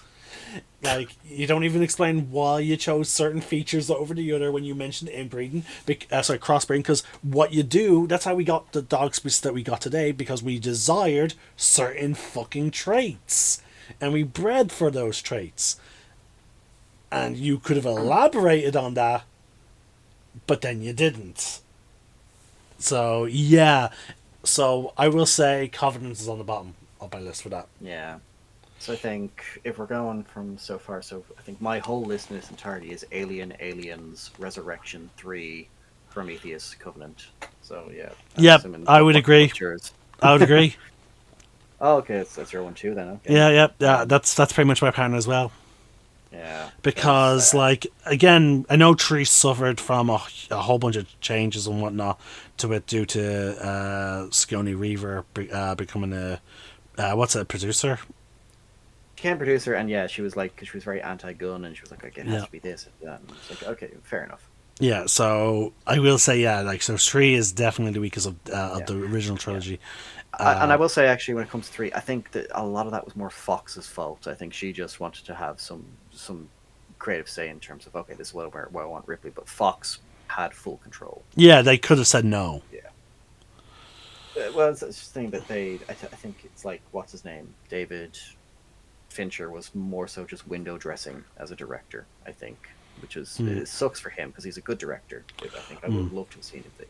But yeah, and then Resurrection is just the fun one. It's the guilty pleasure dumb fun one, because with Alien 3 it's like it doesn't offer anything new. It just retreads and kind of calls it a day. Yeah, it did introduce the runners. Yeah, but again, it's very, very surface level. Like, at least with Resurrection, they tried to do something new. And for better or worse, they tried. You know, and an entertaining cast, which is again, like, for me, the weakest part of Resurrection was actually their technology security system. I'm like, say what you want about the idea of clone, but again, you have to remind yourself, like, how far into the future they are, also, like, xenomorphs are a known thing, and like, for any kind of military, like, that's like, it's a fucking dream come true. Like, it's untapped potential, and so, like, like, they will try and make, like, super soldiers. We had those experiments in real fucking life with the Russians and the Nazis. Sorry, so we even in the future they're gonna dream of super soldiers. So there you go, folks, and so I think that's why I would put Resurrection above Ting. And again, as you said, it's a fun cast of characters as well. Like, again, like, each one stands out, whereas in 3, the only real standouts was Ripley herself, as per usual. Yeah. The head prisoner. Oh, Dylan. Yeah. Yeah, Dylan, and the doctor. Oh, Charles Dance. Yeah, you can't. I can't remember the character's name. I just know it's. Oh, it's No, it's not. No, Clemens was the guy with the low IQ. Fuck it. Yeah, no, just Charles Dance. Yeah, the others, I'm like, meh. Because, like, they're not really that interesting. Yeah. Like, the low IQ guy is like, okay, he's a low IQ. Okay, what else? Oh, he's selfish. Okay. Yeah. Some of them. And again, I think the only time I know I remembered some other characters from 3 is just because like one of them was played by Pete Postlethwaite, who was the hunter from Jurassic The Lost World. Yeah, yeah, I And remember then him. and then what's it? Fucking Paul McGann, who was the Eighth Doctor, was the crazy guy. Yeah, see, like again, they had like with Tree. The worst part with Tree is they had so many big time actors, and then they just didn't do anything with them. Yeah. But anyway, we're actually we're 3 minutes over our time, folks. So yeah, there's our ratings. We gave you our reasoning for our current ratings. We are done. Oh, sorry. I was going to say, actually, when it comes to Covenant, I will say one good thing, and that is listen to the soundtrack. Just like with Prometheus, just go to Spotify, listen to the soundtrack. It is actually a good soundtrack. That's the only good thing I'll say about Covenant. Okay. So, with that out of the way, folks, in terms of our current planned segments of SideChat, there's really only one bad movie left. And it's at the far end before we get into Stargate. We're doing Stargate after this then. No, yeah, we're doing Predators and then Stargate. Oh, okay. Yeah, and I'm looking forward to getting you into this. Actually, yeah. I think you'll like it. But yeah, just a reminder, folks. So we're going to cover Predators next, which, as I said, like the Predator movies are pretty consistent as in terms of entertainment. Like even the Predator, because like they do something interesting with that movie, and it's sort of fun watching the Predator versus Predator thing, and then like a Predator that is fucking twice the size of a normal fucking Predator, like dear fuck God. And also, I will say there is one disappointing thing about that movie, which is the badass suit at the end, which was supposed to be our solution to fighting off against these like super predators. Which doesn't go anywhere, but okay, oh well. But again, the point is they're consistently entertaining. They always try and add a little bit more to the lore. But when we're done with the Predator movies, we'll be covering AVP, which again is a fun movie. Written and directed by Paul W.S. Anderson, who did the Resident Evil movies and Event Horizon. Mm-hmm. Then, unfortunately, after that, we will be covering Alien vs. Predator Requiem. I remember I was so excited. Same. When I heard they were making, because I remember watching AVP for the first time, and I was like, "Oh my god, there's going to be like a Predator Alien. Are they going to go anywhere with this?" And it was a good few years actually before they announced the sequel. Yeah, it was. I was so fucking excited for the Predator Alien. And it was such a disappointment. Oh god, yeah. So that's our last bad movie for a while, because then, as I said, we're going to cover Stargate, the movie, and then the show, and then maybe from that, then we'll go on to Star Wars, the movies. We'll tackle Clone Wars maybe at a later point. We'll probably take in between Star Wars stuff. We'll always probably take a little break with some kind of other thing. Yeah. But the last really bad thing will be Requiem. It's okay. We've still got a few movies before that nightmare. Yeah. How many Predator movies are there? Because I imagine we're going to cover Prey as well. Yeah, because that's part of the universe. Yeah. So hold on. There's Predator, Predator 2, Predators, The Predator, and then Prey. Right. So yeah, there's 5 movies. Oh, and an AVP. I don't think we're going to get to what's it called, the new Predator movie by the time we get to AVP. Yeah, I don't think Badlands is going to be available to us by the time we get to Requiem. Actually, it might be. It might be. There's a slim chance it might be available to us by the time we get to Requiem. Yeah, we'll work it out anyway. Yeah, because again, we're during the summer we're going to cover by episode Alien Earth when it comes out. Yeah. So that's something to look for, folks. Me and him will probably meet up somewhere to watch it. We'll probably write down some notes, and then we'll record our voices and whatnot and giving our thoughts on it, like, and all that, and then we'll just put it over something. But we'll try and do we'll try and do it shortly after the episodes air.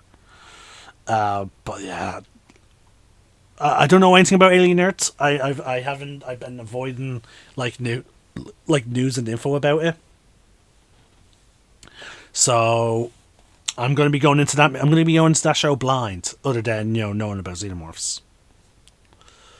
So we'll see how that show turns out. But yeah, this is it. So this is it, folks. I hope you enjoyed us rambling about our favorite shit. I hope you enjoyed us tearing into Alien Covenant. And I hope you stick with us as we eventually get into the Predator franchise. And I hope to see you next time for when we cover Alien Romulus. I'm the Celtic Nerd. I've been Skull. One name. One sky. Good.